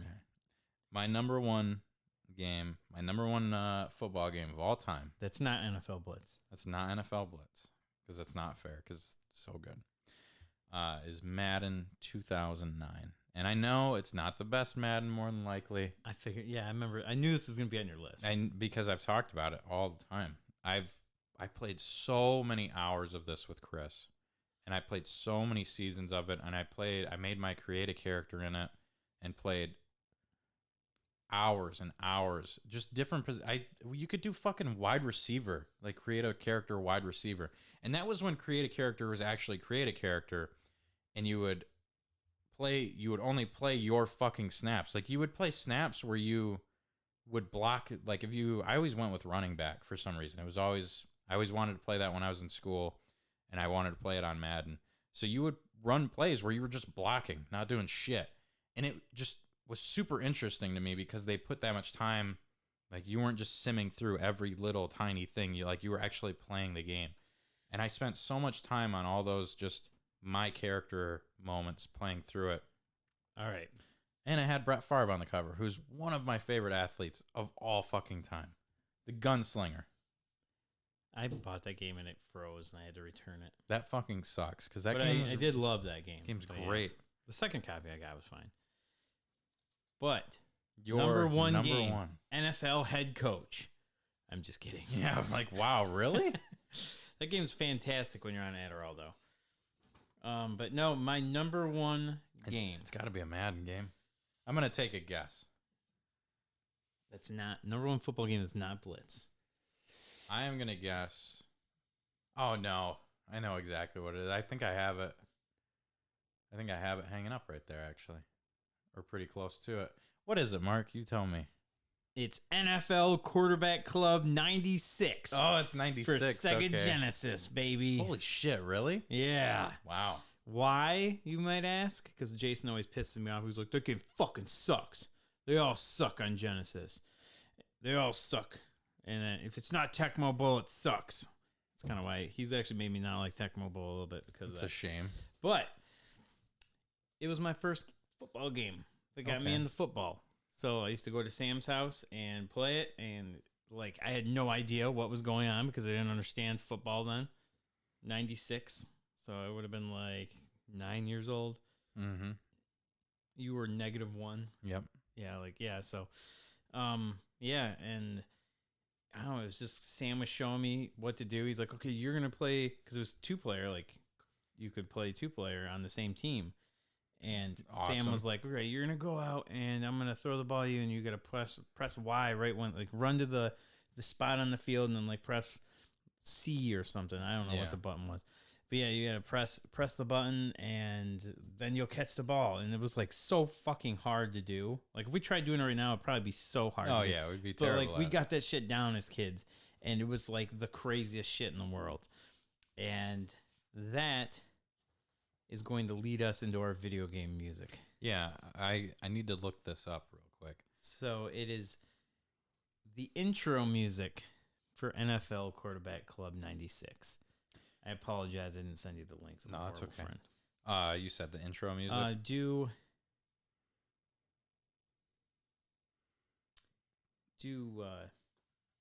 I know. G. Yeah. Did you like the 64 quarterback clubs? Hated them. Really? Yeah, they were terrible. I got to try that one because I mean, I never got into them. I don't know. I didn't like any football games on 64. We played That one except night, for Blitz. that one night we played Blitz, we played Madden before it, and it wasn't bad. I didn't like it. Oh man, I garbage. didn't mind it at all. It's because you were getting your ass whooped again. If Mark's not winning, he doesn't like the game. That's Yeah, the okay. moral of the story. Yeah, no, I just played Blitz on 64. That's all you Dude. needed then. It's fucking Brett Favre on that cover. He's on the cover of 2009. Brett Favre's on the cover of everyone. He should be on the cover of everything because he's a fucking Except G. for 96, baby. 96 was Steve Young. And then He's 97 looking was like he's taking a shit. 97 was Dan Marino, actually. And Heesh. then it was Brett Favre all from out there. Oh, that one. Intro. Yeah, it's got a kind of quiet. Yeah, there you go. A little build up.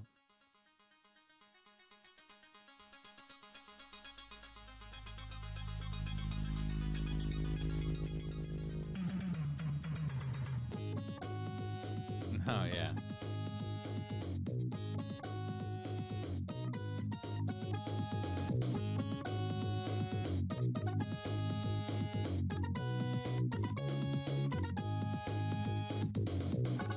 He's got the ball. He's got the ball.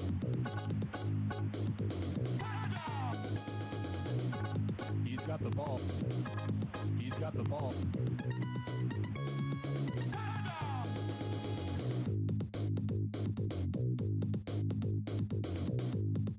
Man, they just. Oh, did you hear that? Yeah, Little the- DJ spinning. Nice. Bring back some memories for you. Mm-hmm.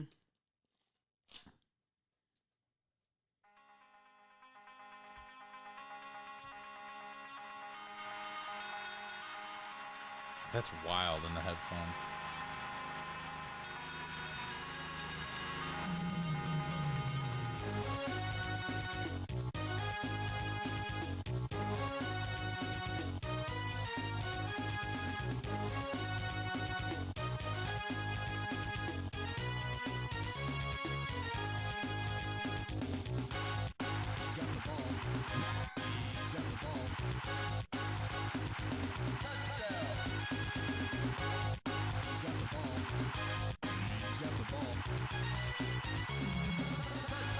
Oh shit.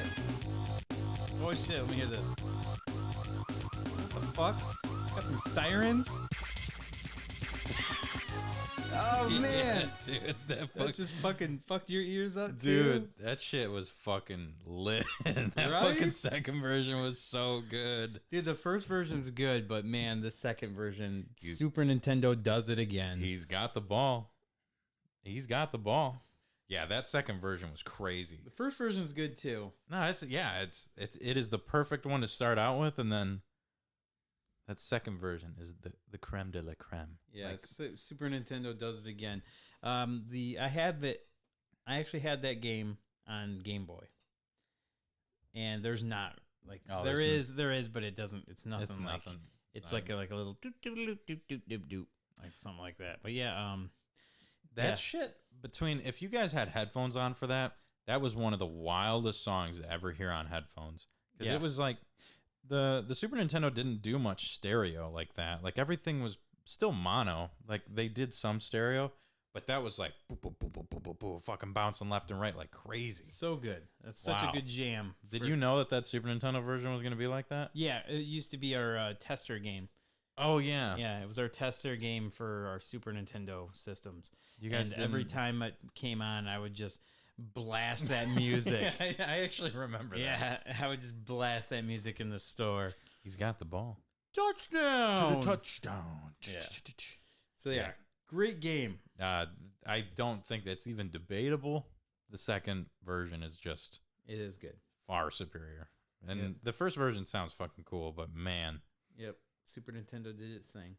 that's a fucking great song. Yeah, it's don't do that like they used to. Now it's just like the worst soundtracks of all time put in Madden games. You know, that's the thing we didn't even talk about with all these is almost all these games we talked about had fucking awesome soundtracks.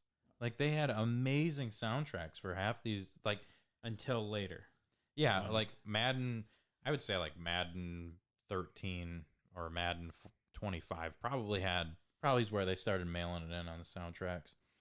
But Yeah, Madden 11's soundtrack was great. yeah, But I think we lost all the viewers because we talked too long about football. It's okay. But it's part of freaking Turkey Day, baby. Thanksgiving is all about football. And if you guys didn't know, Mark and I are huge football fans. We don't talk about it much on the show. So this was our time of the year. time to shine. We can finally talk about football. Yeah. Andy said the stereo effects came through on his speakers. He's got the ball was in one channel, then the other. Yeah, it was fucking wild on this end. That'll be cool to hear in your car. Yeah. Because it'll bounce between the two speakers. Sam's gonna love this show. Yeah, so thank you for that. Was a fucking awesome video game. Thank you. Music segment. So, what are we going into next? Are we going into the old Pinball? Yeah. Okay. We don't really have too much. Okay, so the pinball update this week. We haven't been able to make it up there to play a whole lot of pinball. We went Wednesday. Somebody made the finals. Did we not talk about this last? Nope. No, we didn't. We talked about the Crazy Quarter screw job. Crazy Quarter screw Which job. now, last week on the show, I expressed my sadness for the plunging the extra ball thing. And at the beginning of this week's tournament, we were informed of a new rule change. I'd like to think that the podcast helped. Yeah. It's like the Calvin Johnson rule. It's basically if you don't plunge your ball, you get fucked. And if the other guy plunges if Mark goes up, scores a shitload of points, gets an extra ball and walks away, and I plunge his ball, we're both disqualified. Both disqualified. Yep. So you can't just leave a bomb for someone now. Yeah, exactly. So, look at that. Fancy. But Podcast is making a difference. I don't think it really had to do with the show. no. Because Joe wanted to change that rule anyway. So we got to this tournament, and I've been feeling pinball lately. I've been playing a lot better. I've been learning a lot more. I've been learning a lot more about the tables. So I told you when you got there, I'm tired of not fucking making these finals, dude. no, you were like, I'm tired of you beating me in pinball. That's that as well. I'm just tired of not winning. yeah. And winning is very tough. Like getting first place is not easy, especially in those games where you're still versing 4 people. Like Right. the elimination's a little easier because you've only got it's one-on-one, and that's my kind of thing is one-on-one stuff. So it was the standard group of 4 or we didn't have too many people this time, so it was like groups of 3, and There's 9. Yep. yeah, I think we had 9 people total. I was crushing it. I got second or first on every single game. Yeah, you were doing great. I know so much. Yeah, I got third on Game Show, which pissed me off because I played a lot of that game. I just had some pretty bad breaks, but made it to the finals. I made it to third place in the finals. You did it. You made it to the finals. And what game comes up other than Teenage Mutant Ninja Turtles? And I played horribly. And I'm gonna tell this to you right now. I don't like it. I don't like what you're about to tell me. So that pinball tournament ruined me. I put up insane scores on every machine I played, almost. A couple that I didn't get first on was because like Phil or Brian put fucking crazy scores on them that I didn't even think you could do. They've been in the game for a while, man. No one played Turtles good. No one played that game well. We all fucking sucked at it until Brian popped off at the last ball. I went back a few days after and played Turtles. I put like $5 to $10 into that game and played every different turtle. I tried to get every different mode going. I cannot play that game. I don't like it. I don't like the shots for it. I don't like the ramps for it. I don't like how you get the scoring going because it's all sequential. So it all stacks. So the more missions you do, the more points you get. And I don't fucking understand how to play that game. And it just pisses me off because like you can hit like 6 ramps in a row and fucking nothing happens. So I love that table. Love it. I want to love that table. I love the screen for it. I love the multi-ball in the middle, the magnet. But it's fast as fuck. It drains like crazy. The ramps on the right, if you don't hit them, your ball's fucked. It's either down the middle or it's off to the left every time.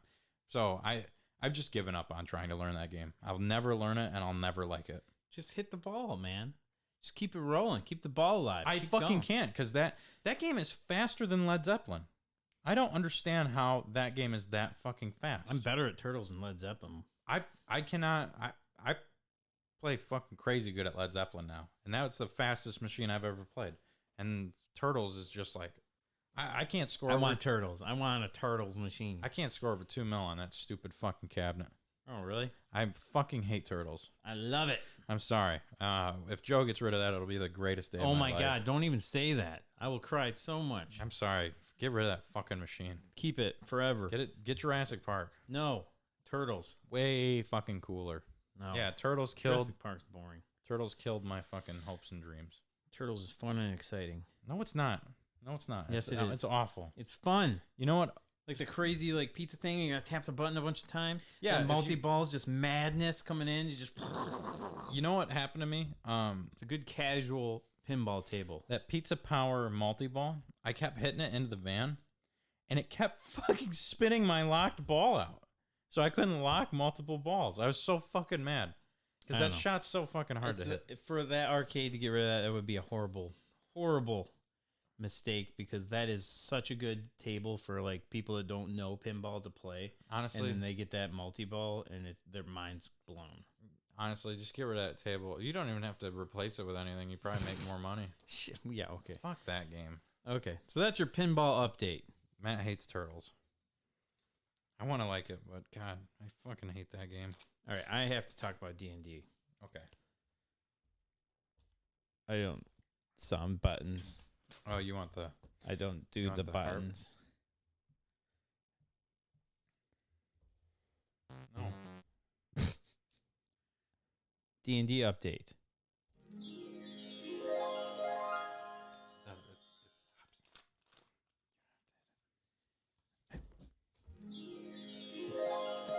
Just because you yelled at me. All right, this week's D&D update brought to you by Crazy Quarters Arcade, the best arcade in the whole damn world. So, this was a fun week because our dungeon master, Zach, pulled out some crazy shit. 2 people canceled at the last second. We had everybody was all in on Wednesday night. Everybody's ready to go. And then Matt's work, there was 2 people called out, so he had to go down to Flint and cover a closing shift. And Jason got sick from Panda Express, which of course, why would you eat Panda? That's going to happen every time you eat Yeah. Panda Express. So yeah, Jason couldn't make it. So I was like, fuck, there's only 3 of us. And the DM's like, it was the DM, Zach, and then me, Martin, and Ricky. So Rocky's played by Martin, and Shala is played by Ricky, and I'm Gorex, played by Mark. So I thought we were just going to cancel. I thought we were going to play board games, do something else. We're in a big part of the story here, and there's just 3 of us. So I'm like, so are we just going to play still? He's like, oh yeah, we're going to play.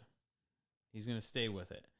So we're exploring this city that we just got to, and it's this huge city underground in these ice caverns. So there's this stadium that we went to, okay? Stadium. And then we get there. Is that football stadium? It's called Chain Lightning. And what it is, it was like Blitzball for Final Fantasy X kind of. Oh God, Dude, it was fucking so... It was like Quidditch on crack. What the So it was fuck? so cool. It was like a mini game in D&D. Wait, really? Yeah, it was fucking Oh, awesome. Man, that's fucking sweet. He's like, yeah, so he played the Blitzball theme music like the whole time. It was great. And it was like we had all the minis out and everything, and it was like 6-on-6. And you had to like throw this ball through these rings, and then the ball gets electrocuted, like electrified. Then you had to pick up the ball and chuck it at one of the other guys to get him eliminated like dodgeball. Okay. So we were like playing like, all the minis and stuff on the table. It was like this whole fucking different type of game. And it's Sounds actually awesome. in the Icewind Dale book. That's fucking awesome. Yeah. So like, dude, I was like, what? I want to play that next time. Yeah, it was so fun. It was fucking great. It'll be like they were saying, every time you save in that Final Fantasy game, it's just like we complete a quest, and it's like, would you like to play Chain Lightning? So yeah, Chain Lightning, fantastic. Like we won and we got a trophy for it and everything. It literally looks like a Stanley Cup type deal. So yeah, I got that in my inventory. Nice. And then we fought these things that were like gigantic hands, like floating hands. So it was literally like fighting Master Hand from Smash Brothers. That's fucking awesome. Yeah, like it literally had similar attacks too. Like it would grab a hold of people and stuff. So, Did you get him down from 200% or 300%? 200. Oh, nice. That's not too bad then. But yeah, there's 4 of them. So Holy yeah, fuck. yeah, that was fun as hell too. That was a good fight. I was like, man, we're fighting Master Hand. And then we went into this one area. It was like a portal, and there were 3 witches in there, and we have to get these we have to get this special like scroll. There's like 8 of them we have to get in order to get like the end game content. And in order to get the scroll, it was 3 witches, and they wanted to steal a memory from our minds, a memory from one of each. And Shala, played by Ricky, is a paladin, and she's like, no fucking way are you gonna touch my mind. Makes sense. His character, no way. Yeah. There's no way fucking witches are gonna play with his mind. So I'm like, I really don't want anyone fucking with my mind, because what happens? They steal a memory. What if I just like my character forgets how to do his extra attack? That would blow. Yeah. What if I fucking I forget how to do like anything? Like use a fucking crossbow or something. You know, it would fuck your whole character up. Yeah. So then we're trying to come up with a deal here. So we offer up Trex. No, and we're like, no way. just our little kobold buddy we got. We're like, can you just steal 3 memories from Trex? And it literally won't let you. In the rules, it says it has to be a player. Oh, no. Like, so we couldn't even throw our shitty NPCs at him. And then we're like, okay, so we like threw the Pokeballs out that we had. And we're like, okay, well, the Panther, like, take that. Nope, wouldn't be allowed. It had to be one of us. So we made a little barter in order to pass. And it wasn't me that did it. Rocky did it. Our little Rocky Frostbeard, our little dwarf, horny dwarf, our little rogue dwarf, decided to have sex with all 3 of these old hag witches. Oh no! And they agreed to it. And yeah, Rocky was in a gangbang, fucking orgy with these witches. And did he have to roll for stamina? He did. He had to roll for his performance and everything for all 3. Oh my god! And he failed on the 3rd roll. The first 2 rolls, he fucked him good. 3rd roll, not so good. Like he was pretty winded. He was pretty rough through it. So 3rd one, it's tough. So they said, okay, well, we're not really satisfied. So one of the witches told him to drink this potion of like stamina or something like that. I don't know. And it was like fucking he was like, it was practically like that. Yeah. So he decided to do it, and he drank this, and he was like, boom, hard as a rock, ready to go again. Just crushed it on the dice rolls after that too. So what happened afterwards is he says, Rocky, you notice that you feel 7 years younger. You are now 7 years younger. What the so fuck? from him taking that potion, he became 7 years younger. So yeah. Isn't he like 937 in the game yeah, too? so He's like super old. But yeah, That's awesome. we got the scroll. And yeah, it was a pretty wild night of D&D for being shorthanded. So that's awesome. Yeah, it was a good night. Fantastic. Shout out to Zach. He did a really good job DMing that one. Well, hopefully I'll be able to catch the next gangbang at D&D. Yeah. Fucked a tree. And now Rocky's fucking Alex got to witches. get his dick wet. My cleric dick. All right. I think we're about near the end of the show here. You've got some fun memories that aren't necessarily video game related. Oh, I watched Film Freaks. Oh, yeah. Do you want to talk about that? You guys? Okay. Come on, fucker.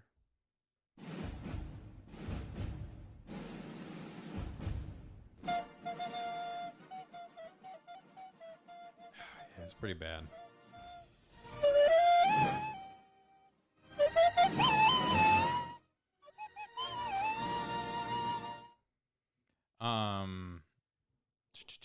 I think we're good. Yeah, on that camera there. So what did you watch for Film Freaks? I'll tell you what. Yeah. I started Red Notice and I fell asleep That's okay. because I was tired. That happens a lot when I watch movies. It was decent. From what I saw. I watched a movie that is a cult classic that a lot of people have seen before, and I've never actually seen it. I watched it on Amazon Prime Video, and it's Heathers. Never seen Heathers before. What is Heathers? Heathers is kind of like the 80s version of Mean Girls in a way. Not kind of like Mean Girls. Okay. So, yeah, it's... No Fat Amy? No. Fat Amy? She's not in Mean Girls. Okay. That you're thinking Pitch Perfect. Yeah. But yeah, no, Heathers is fucking crazy. It pretty much reminds me of like growing up in the 90s with like how mean people were in school and stuff. And they got away with it because that's just how it was. Bullies were everywhere. So yeah, it's pretty crazy. This chick hangs out, popular girl, and she hangs out with 3 other popular girls, all named Heather. Nice. And they're super bitchy, popular girls. And she gets a boyfriend that's new to the school. And, yeah, they just kind of go through killing people. Oh, Jesus. Okay. Yeah, so... Took a fucking turn. Not to spoil the movie completely, but yeah, there is... It's wild. Tara's a big fan of Heathers. Oh, God, yeah. Heathers was good. Yeah, Tara seems like someone that would love Heathers. Just because it's like a cult classic 80s movie. Mm-hmm. And, yeah, fantastic. Okay, cool. Interesting. Yeah, you should watch it. Okay. I think you would like it a lot. I don't want to, like, that's the thing with Film Freaks. I never like to spoil movies and everything. It's but the hard part of that's this. it's just what I've been watching, and it was great. It lived up to the hype. So if you guys haven't, if you're weird like me and haven't seen it, The spoilers are for themes to be seen. I love my dead gay son. such a good line. Yeah. Yeah. If you want to watch spoilers about awesome movies, Themes to Be Seen is your podcast. Part of the 989 podcast. By the way, themes to be seen, themes to be heard. They also have a special themes to be heard show too, and they just did a Madonna one. Oh, and shit. It was fantastic. Nice. Yeah. So shout out to you guys doing a great job on those shows. Fuck yeah. Shout out to all the 989 podcast network that's going on out there. Well, we're getting to the end of the show, the end of the Thanksgiving special. As always, we'll end it with a memory of sorts here.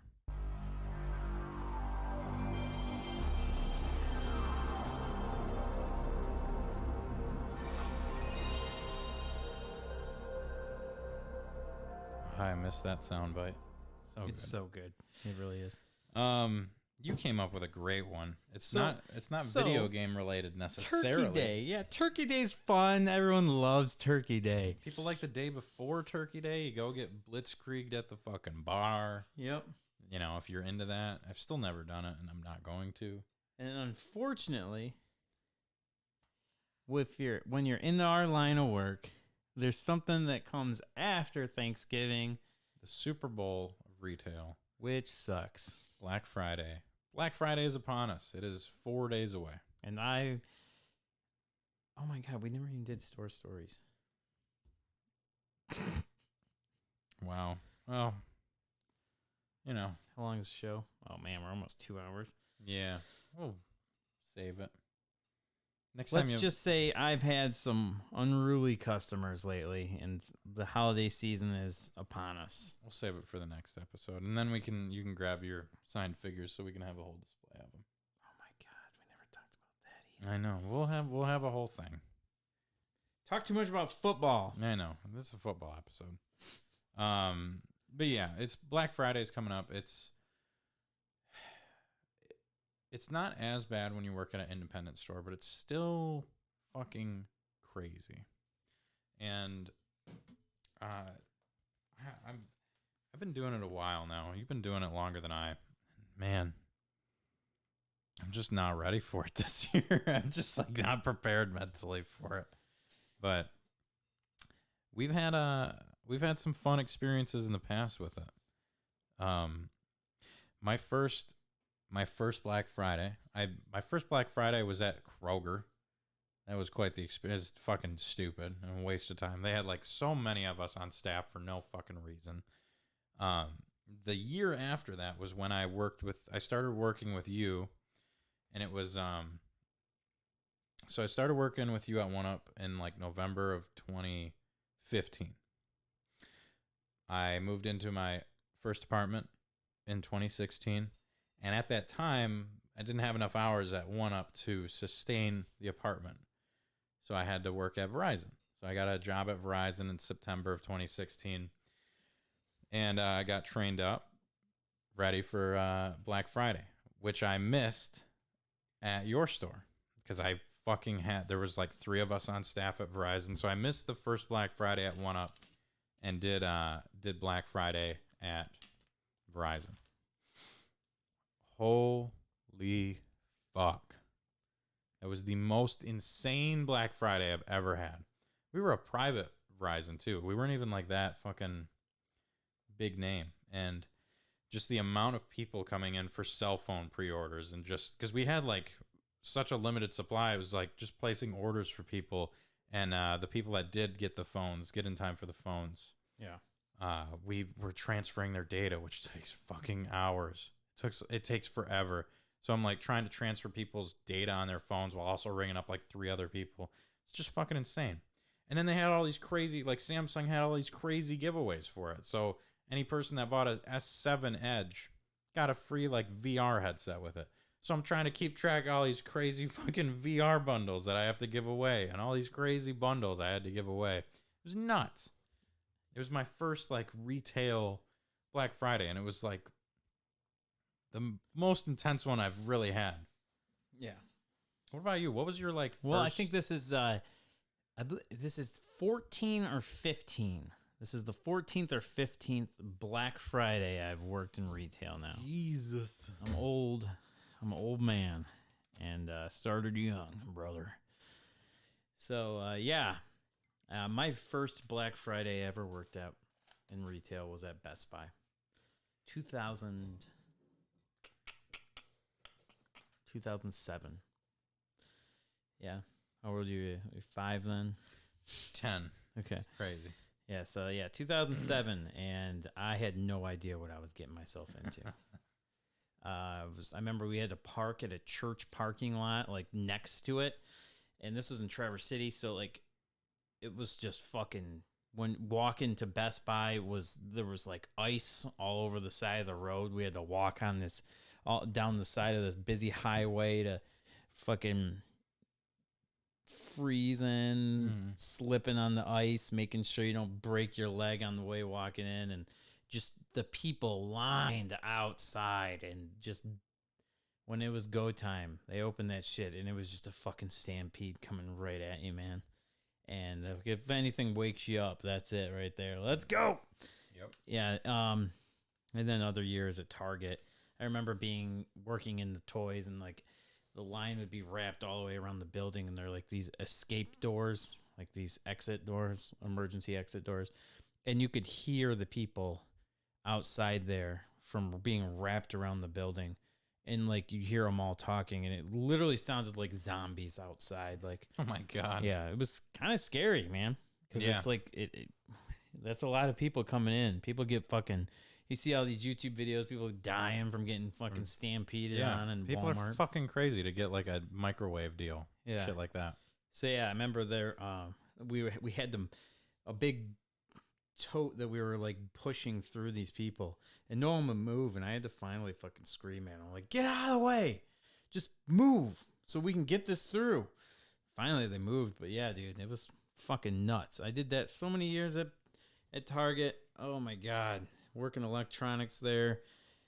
Just I get anxiety just thinking about it. But man, being at 1UP, it's such a more relaxed thing. I mean, yeah, we do get busy and it is still crazy, but corporate retail is the devil this time of year. Yeah.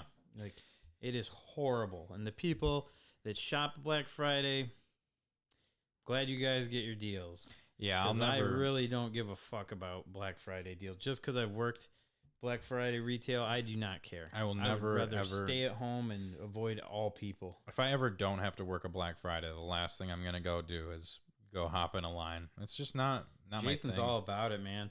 Fuck all that. Yeah, I don't like that $10 I'm saving on a game isn't gonna do it for me. Yep, I'm not for it. So if you guys are into Black Friday, that's cool, but just know people working that shit, that is their least favorite day of the Just take it easy on them. Yeah. I've the few I've worked at Media Reload, last two I worked were 7:30 in the morning to 10 at night. Fucking insane 14.5 hour fucking day. Just insane. And then we started doing Record Store Day on Black Friday because Record Store Day is like, hey, how can we fuck you over more? Let's have Record Store Day on Black Friday so you can just bury yourself. So I've got people lined up outside for records that come out that day, people coming in for records that day, also shopping, all the other shit. It's like, oh my God. Are they doing that this year too? Oh, yeah. Oh my God. Oh, yeah. Last year, every year we do Black Friday there, it exceeds the last one. And our last year was so insane. I don't know if I can mentally handle a jump from last year, because it was like 4 days of sales in one. And I just don't know if I can do that. Like if it's like 5 days of sales in one, I don't know how I can handle that. That's so many fucking people. Yeah, it's gotta get through it, man. It's what we do. That's why we do what we do. Yeah. And that's where we make them big Christmas bonuses. So you know what? So to end this, I guess. No. We're doing it. We're doing it. God, I hate you. You're doing this project with me still, fucker. I will. The one time, so you try to, especially in independent stuff, like you try to make your sales easy, your Black Friday sales. There was the first year I worked Black Friday with you, it was you and I that came up with the sales at 1UP. And dude, we went over the top. We had some fucking cool ass ideas. And it's something that stuck with me in sales for the last 5 years. Because you and I did these awesome fucking deals on like these bundle console deals, where you could buy a console, you'd get like these games and like this stuff with it. And just these amazing deals. It was like the coolest fucking Black Friday flyer shit I ever came up with you. And none of it fucking sold. Like none of the bundled systems fucking sold. It was all just people coming in for like the buy two get one game deal. And that moment right there where we put days of thoughts into it. Justin and I were talking about this today, actually. Yeah. Just like hours and hours of like creative thoughts into it. Yeah. Just for none of it to happen. And I hate crushing like people's dreams when they bring up these awesome ideas. But every time they bring it up, I'm like, I've done it before. It doesn't work. It won't work. And it's just a waste of time. It's a waste of man hours getting that prepared for it. Listen, man, that might work at GameStop or it might work at Walmart or something. Well, dude, we are not corporate. And people can say what they will about Small Business Saturday. It's bullshit. Yeah, it is. And that's, man, nobody gives we a make fuck more about money small in business. December than we do in November. Weeks before Christmas, a couple weeks before Christmas, that's when we're making bank because people are still going to come in and shop. Black Friday is it's a joke, man. Like I talked with Eric about it this year because everyone, like, we've got all these stores now, and we want everyone's input on the stuff. And it just started getting to be these insane deals where it's like impossible for people to keep track of. And Yeah. so I sat down to make this flyer, and I called him, and I'm like, dude, next year we do this, it's going to be like 3 sales. It's going to be like 20% off the store. Buy 2, get 1 free on this. Buy 1, get 1 on this. We don't ever need to do this like insane shit again. It just doesn't work. Yeah. And it's too much to keep up with. It's so much to keep up with. It's man hours being wasted. And it's people just a don't, big headache. people don't fucking care. I think this year Black Friday is going to be so much more intense than any other year. And the only reason I say that is because those big box retailers aren't open Thanksgiving. So everyone that does this shit is going to be out on Friday. We'll see how it goes. I'm curious. Because everyone's already got their sales going for all week. Game On's already got their sales going. They do? GT Games already has their sales. Yeah, they're already live and going now. Why? Yeah. Walmart started their Black Friday today. Okay. So they're like treating it like a whole week thing now instead of just one day. I mean, I get that, I guess. But It's the thing with us is like we don't have to run sale. Like the stuff's gonna sell anyway. Yeah, As stupid do you know as how that. high demand video games are right now? Like, you want us to give you a deal? Yeah. Did you even give us though- a deal when you sold it to us? Even though Like- even though we can't fucking keep this stuff in stock, people are like, "Are you guys doing deals on your Switches?" I'm like, "I have like 2 Switches." Yeah. Just, no, I can't. Yeah, Just no deal. I mean, we're not trying to be assholes here, but supply and demand. It's just no, it's just being realistic. Like Yeah. it's cool that GameStop can, do whatever deals they can and Walmart can do.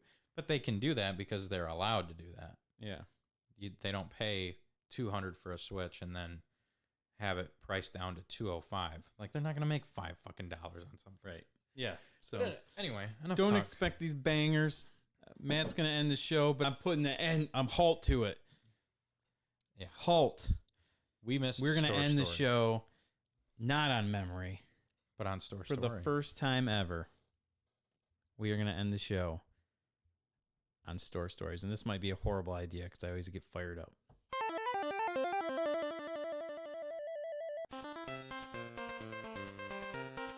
It's kind of good. We just talked about Black Friday, and now we're going right into Store Stories. No rest. No rest, because we have to get ready for Store Stories. Okay. Let's talk about it.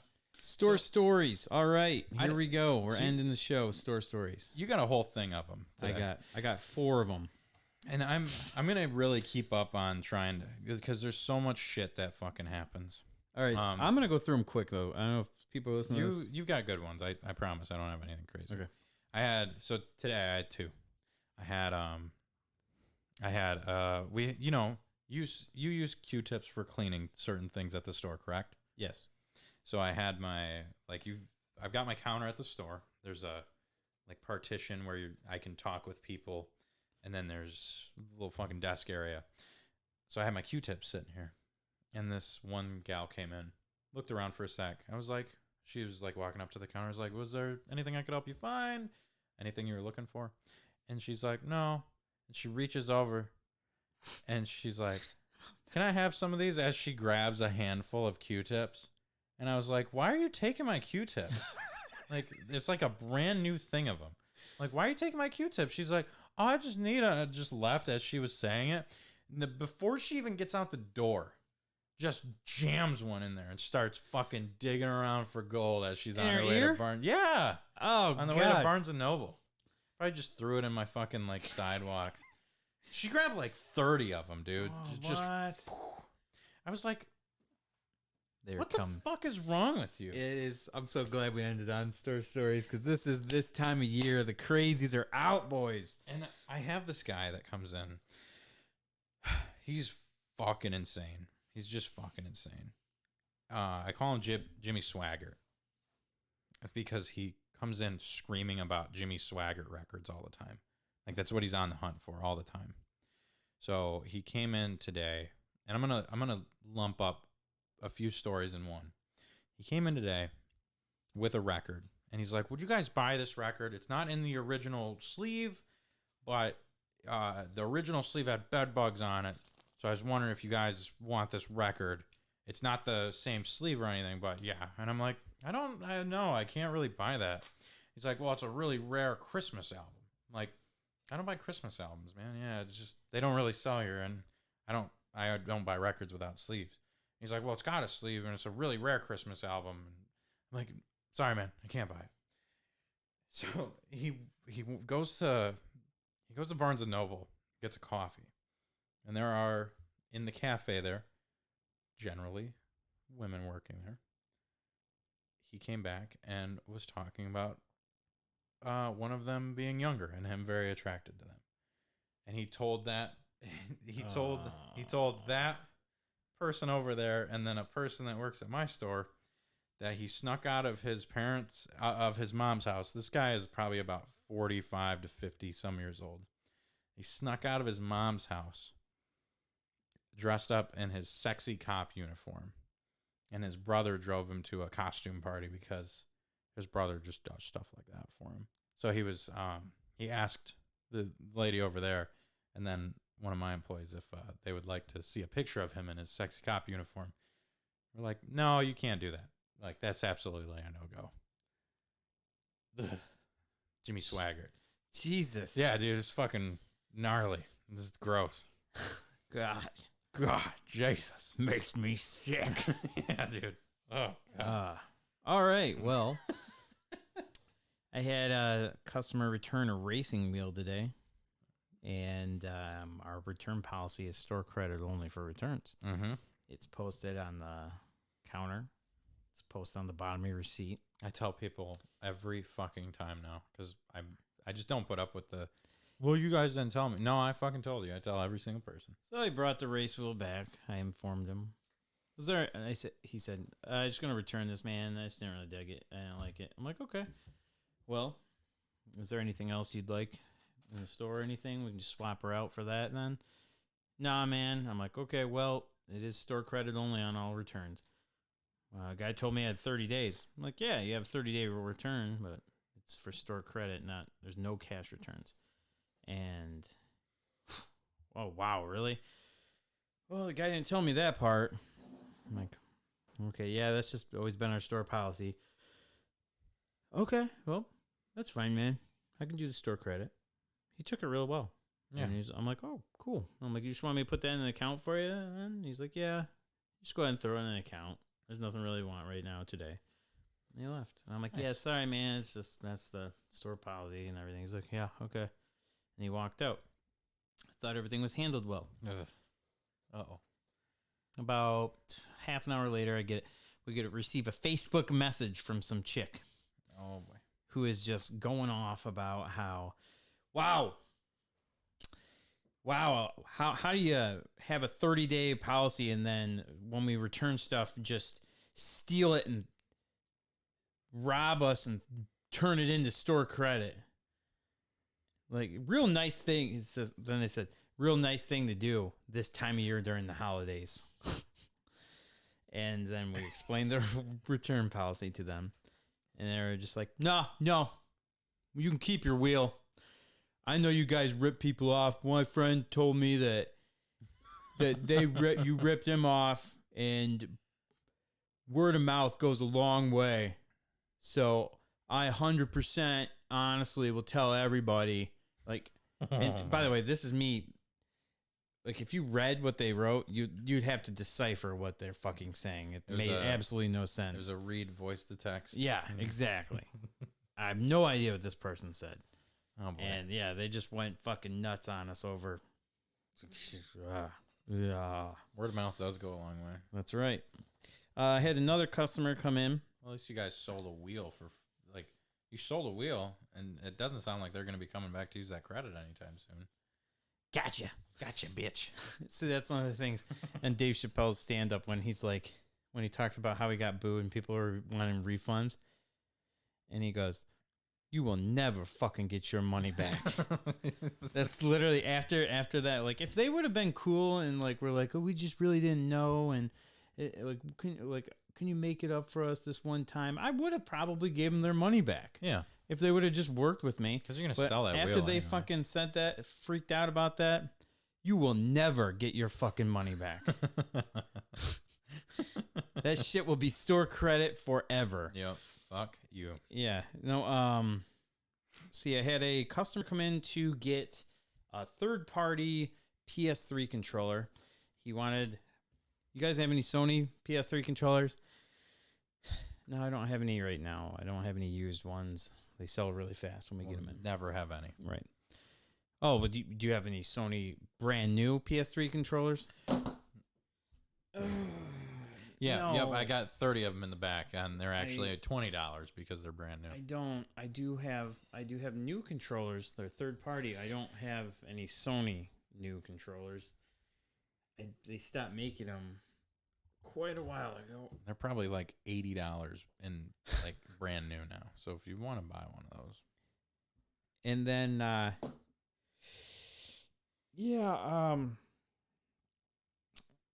he said, okay, well, I want to get one of those though. I bought one time and it lasted like 9 months, and then I bought another one and it lasted a week. So what's going on with these? Like, what's up with these controllers? They're just not making them good anymore.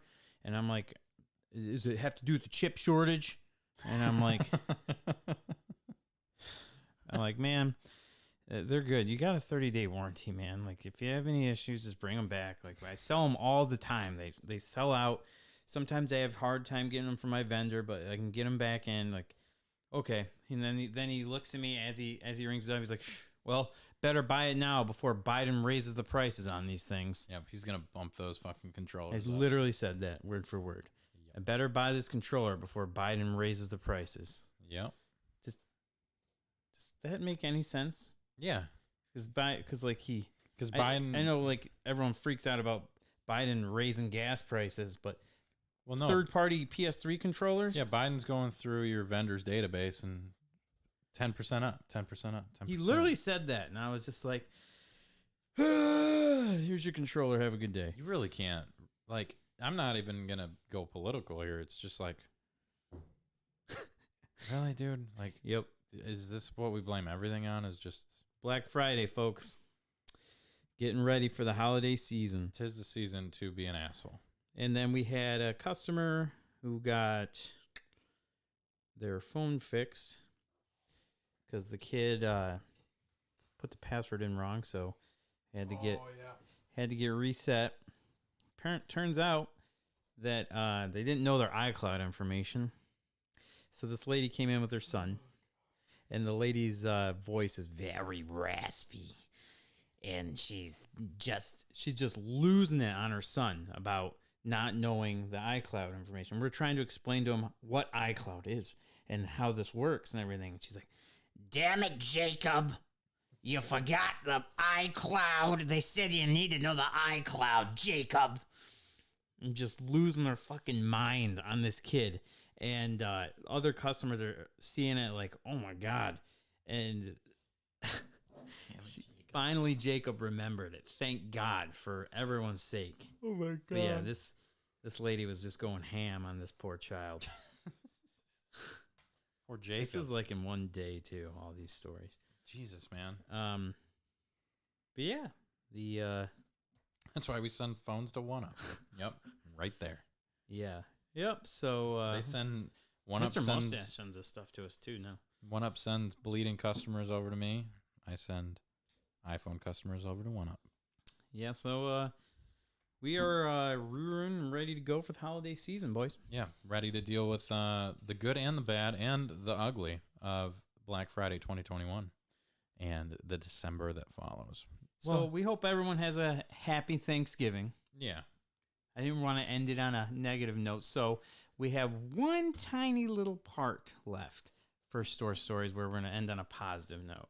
And Matt, you had a special event at your store this last week. We did. So a few months back, we had been lucky enough to have one of the Power Rangers, the original Power Rangers, Jason Font, do a signing at our store. He contacted us directly, and we kind of hooked it up that way. And that went over so well that Mr. Jason David Frank, the green and white Ranger from the original Power Rangers, got a hold of Sarah at the Flint location, and they set up a signing. Which blew my mind because this dude was my childhood hero. And I got to drive down. Yep. And I got to meet the Green Ranger. I got to meet Tommy. I was just thinking about it. I was talking with my mom and like family about it. It's like, man, it's kind of fucking crazy. Like working at this store that we had a celebrity of that magnitude just come into the store for free and fucking sit down and do signings. Just get us. I mean, it's not like we don't make any money on the signings or anything like that, but you know, you still get all that traffic through your store, and then we get to fucking say that we had JDF in our fucking store doing autographs and pictures. And dude, they had 500 people come through that store that day for autographs. It's fucking crazy. Yeah, so I got there. I was number 2 for my ticket was number 2. I got there, pulled in, fucking parking lot packed. Yep. Couldn't even find a spot to park, so I like drove out in the back there where the grass is and just drove through the grass, turned around, found a spot out there. And then apparently JDF was parked right by me. You were so close. And these dudes were like, "Oh my God, dude, he was just in the car right here and I'm such an idiot. I parked right next to him. I feel like an idiot." And so I walked up and I went inside to see like how this whole scenario works, where I see my ticket on my phone or whatever. And then we're getting out there and everything. We're getting in line. So we finally come in, and he wasn't quite ready yet. And he came out, and everybody had masks on because it was a big mask thing. He actually didn't have a mask on at this point. And he came out and he was like talking with everyone, like what we're going to do. And he's like, and he just looks over like as he's talking and sees a couple of us standing there in line already. And because he was like all business and everything about what's going on. Yeah. And he looks over and he's like, "Oh, hey guys, what's up?" Like, A little starstruck. oh, dude, I got so starstruck, man. Like I walked up and there he was. Like the guys in front of us kind of ruined it because like they wanted to fist bump him and there's like no contact, you know. And then they're like, "Oh, could you give me an elbow bump?" And he's like, "Oh, sorry, man, I can't do that." And it's just like, man, get JDF all pissed off right before me. Thanks. So I went up and he's like, "Here, man, just set your stuff on the table." And then he's like, "Really appreciate you guys coming out, man." And I'm just like, Appreciate you, JDF. "You were like my hero growing up, man." And he's like, "Oh, cool, man. Appreciate that." And then I'm like, "Reed, look, it's like Tommy. It's Tommy from the shows." And he's like, "What's going on, man?" And Reed's just like, That's and then he's like, he goes, "So what's up, man? Like, you from around here then?"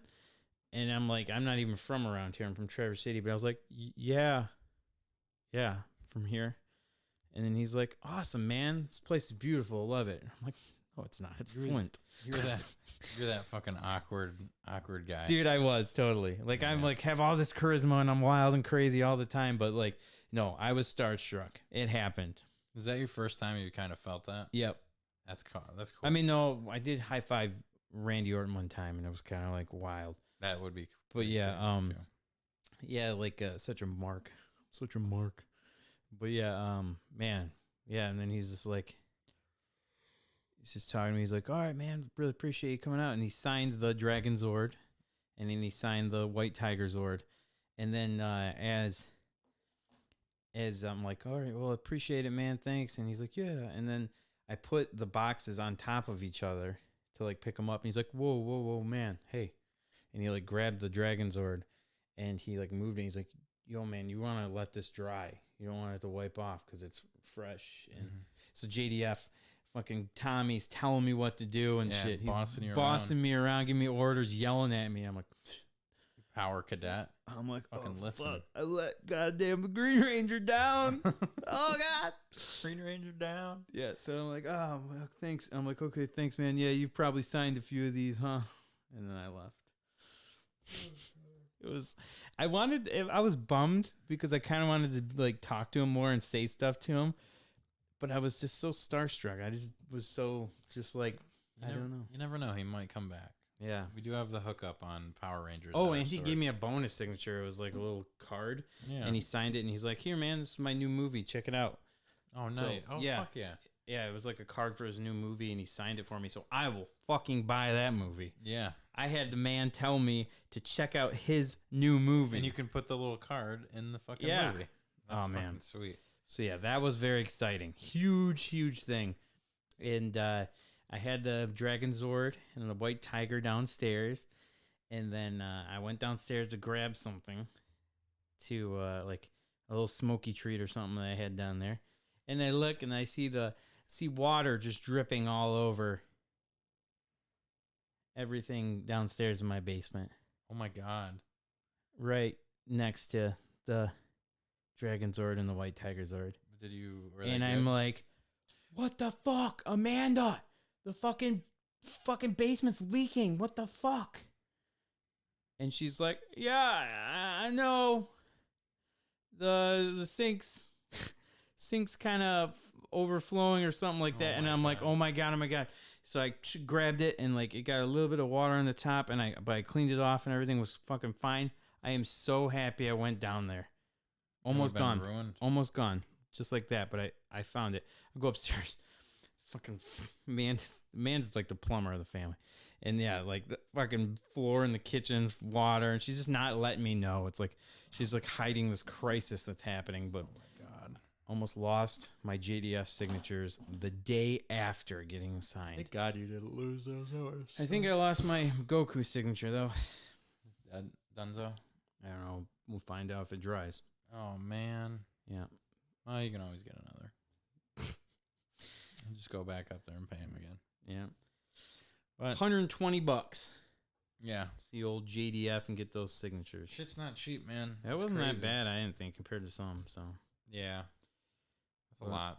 But I mean, you think like people? I think it's probably because people just take shit up there to sell, like get it signed and then sell. I hope you didn't think I was like that. I had my kid. No, I doubt it. Yeah. I don't think they ever think that. So, but yeah, man, I'm glad you got to witness that and be a part of it. Yeah. Thank you, Sarah, for hooking it up. Yeah, I was super hyped that I found out about, like, when she told me about it. I'm like, oh, fuck yeah, Mark's going to want to go see this shit. Fuck yeah. Yep. But yeah, man, I think that about wraps it up for the old Thanksgiving episode. Hell yeah. Extra long one for you guys for the travel. I'm not sure if we'll be back next Monday. We may be taking a week off just because of Black Friday and all that stuff and the holidays. So it may be a couple weeks before we see you guys again. We'll figure that out and let you guys know on the Facebook page. But until then, thank you for listening to the Matty Ice and Marky Mark podcast. Have a happy Thanksgiving, everyone. Gobble, gobble, gamers. Peace out. Peace. Oh, that's a long episode. You and I don't ever go for 2.5 hours. No, we don't. Damn, son. We did miss this part. The far out man moment. We'll have to add it for next. Damn, I forgot about that. I didn't too. realize, like, when I made this outline, I was like, this is kind of short. We just busted through it. Holy shit. Busted through it in 2.5 hours. Or like we just kept talking. All right, guys. I got a school project to film. Get some And we sleep. gotta edit the show. Yeah. So we will see you guys next time. Thank you for. We still have a fuckload of people in Wait, here. what did Ian say about Lex Luger? I was too starstruck to say anything to Lex Luger back in '94. Got a great 8th birthday autograph from him. Eventually thanked him 20 years later. There you go. Yeah, nice. Oh shit, the after party. That's not gonna happen. I have. Even though I'd love to play Blitz right now after we talked about it. I would love when I'm done with school. Then we'll do after parties. Yeah, we'll do those again, but I just can't. I'm fucking jacked right now, dude. Because you drank a fucking Bang, like 3 Mountain Dews, did a line of fucking cocaine in the kitchen. That's why we took the break. Fuck yeah. To break Great. some lines up. Oh, my next semester. Yeah, I'm dude, not you're gonna do- right now. I got 2 hours of sleep last. Oh, okay. So I'm doing pretty good for 2 hours of sleep. Yeah, you're like, man, what's your Black Friday moment? Ugh, so good work to me to reload. Yeah.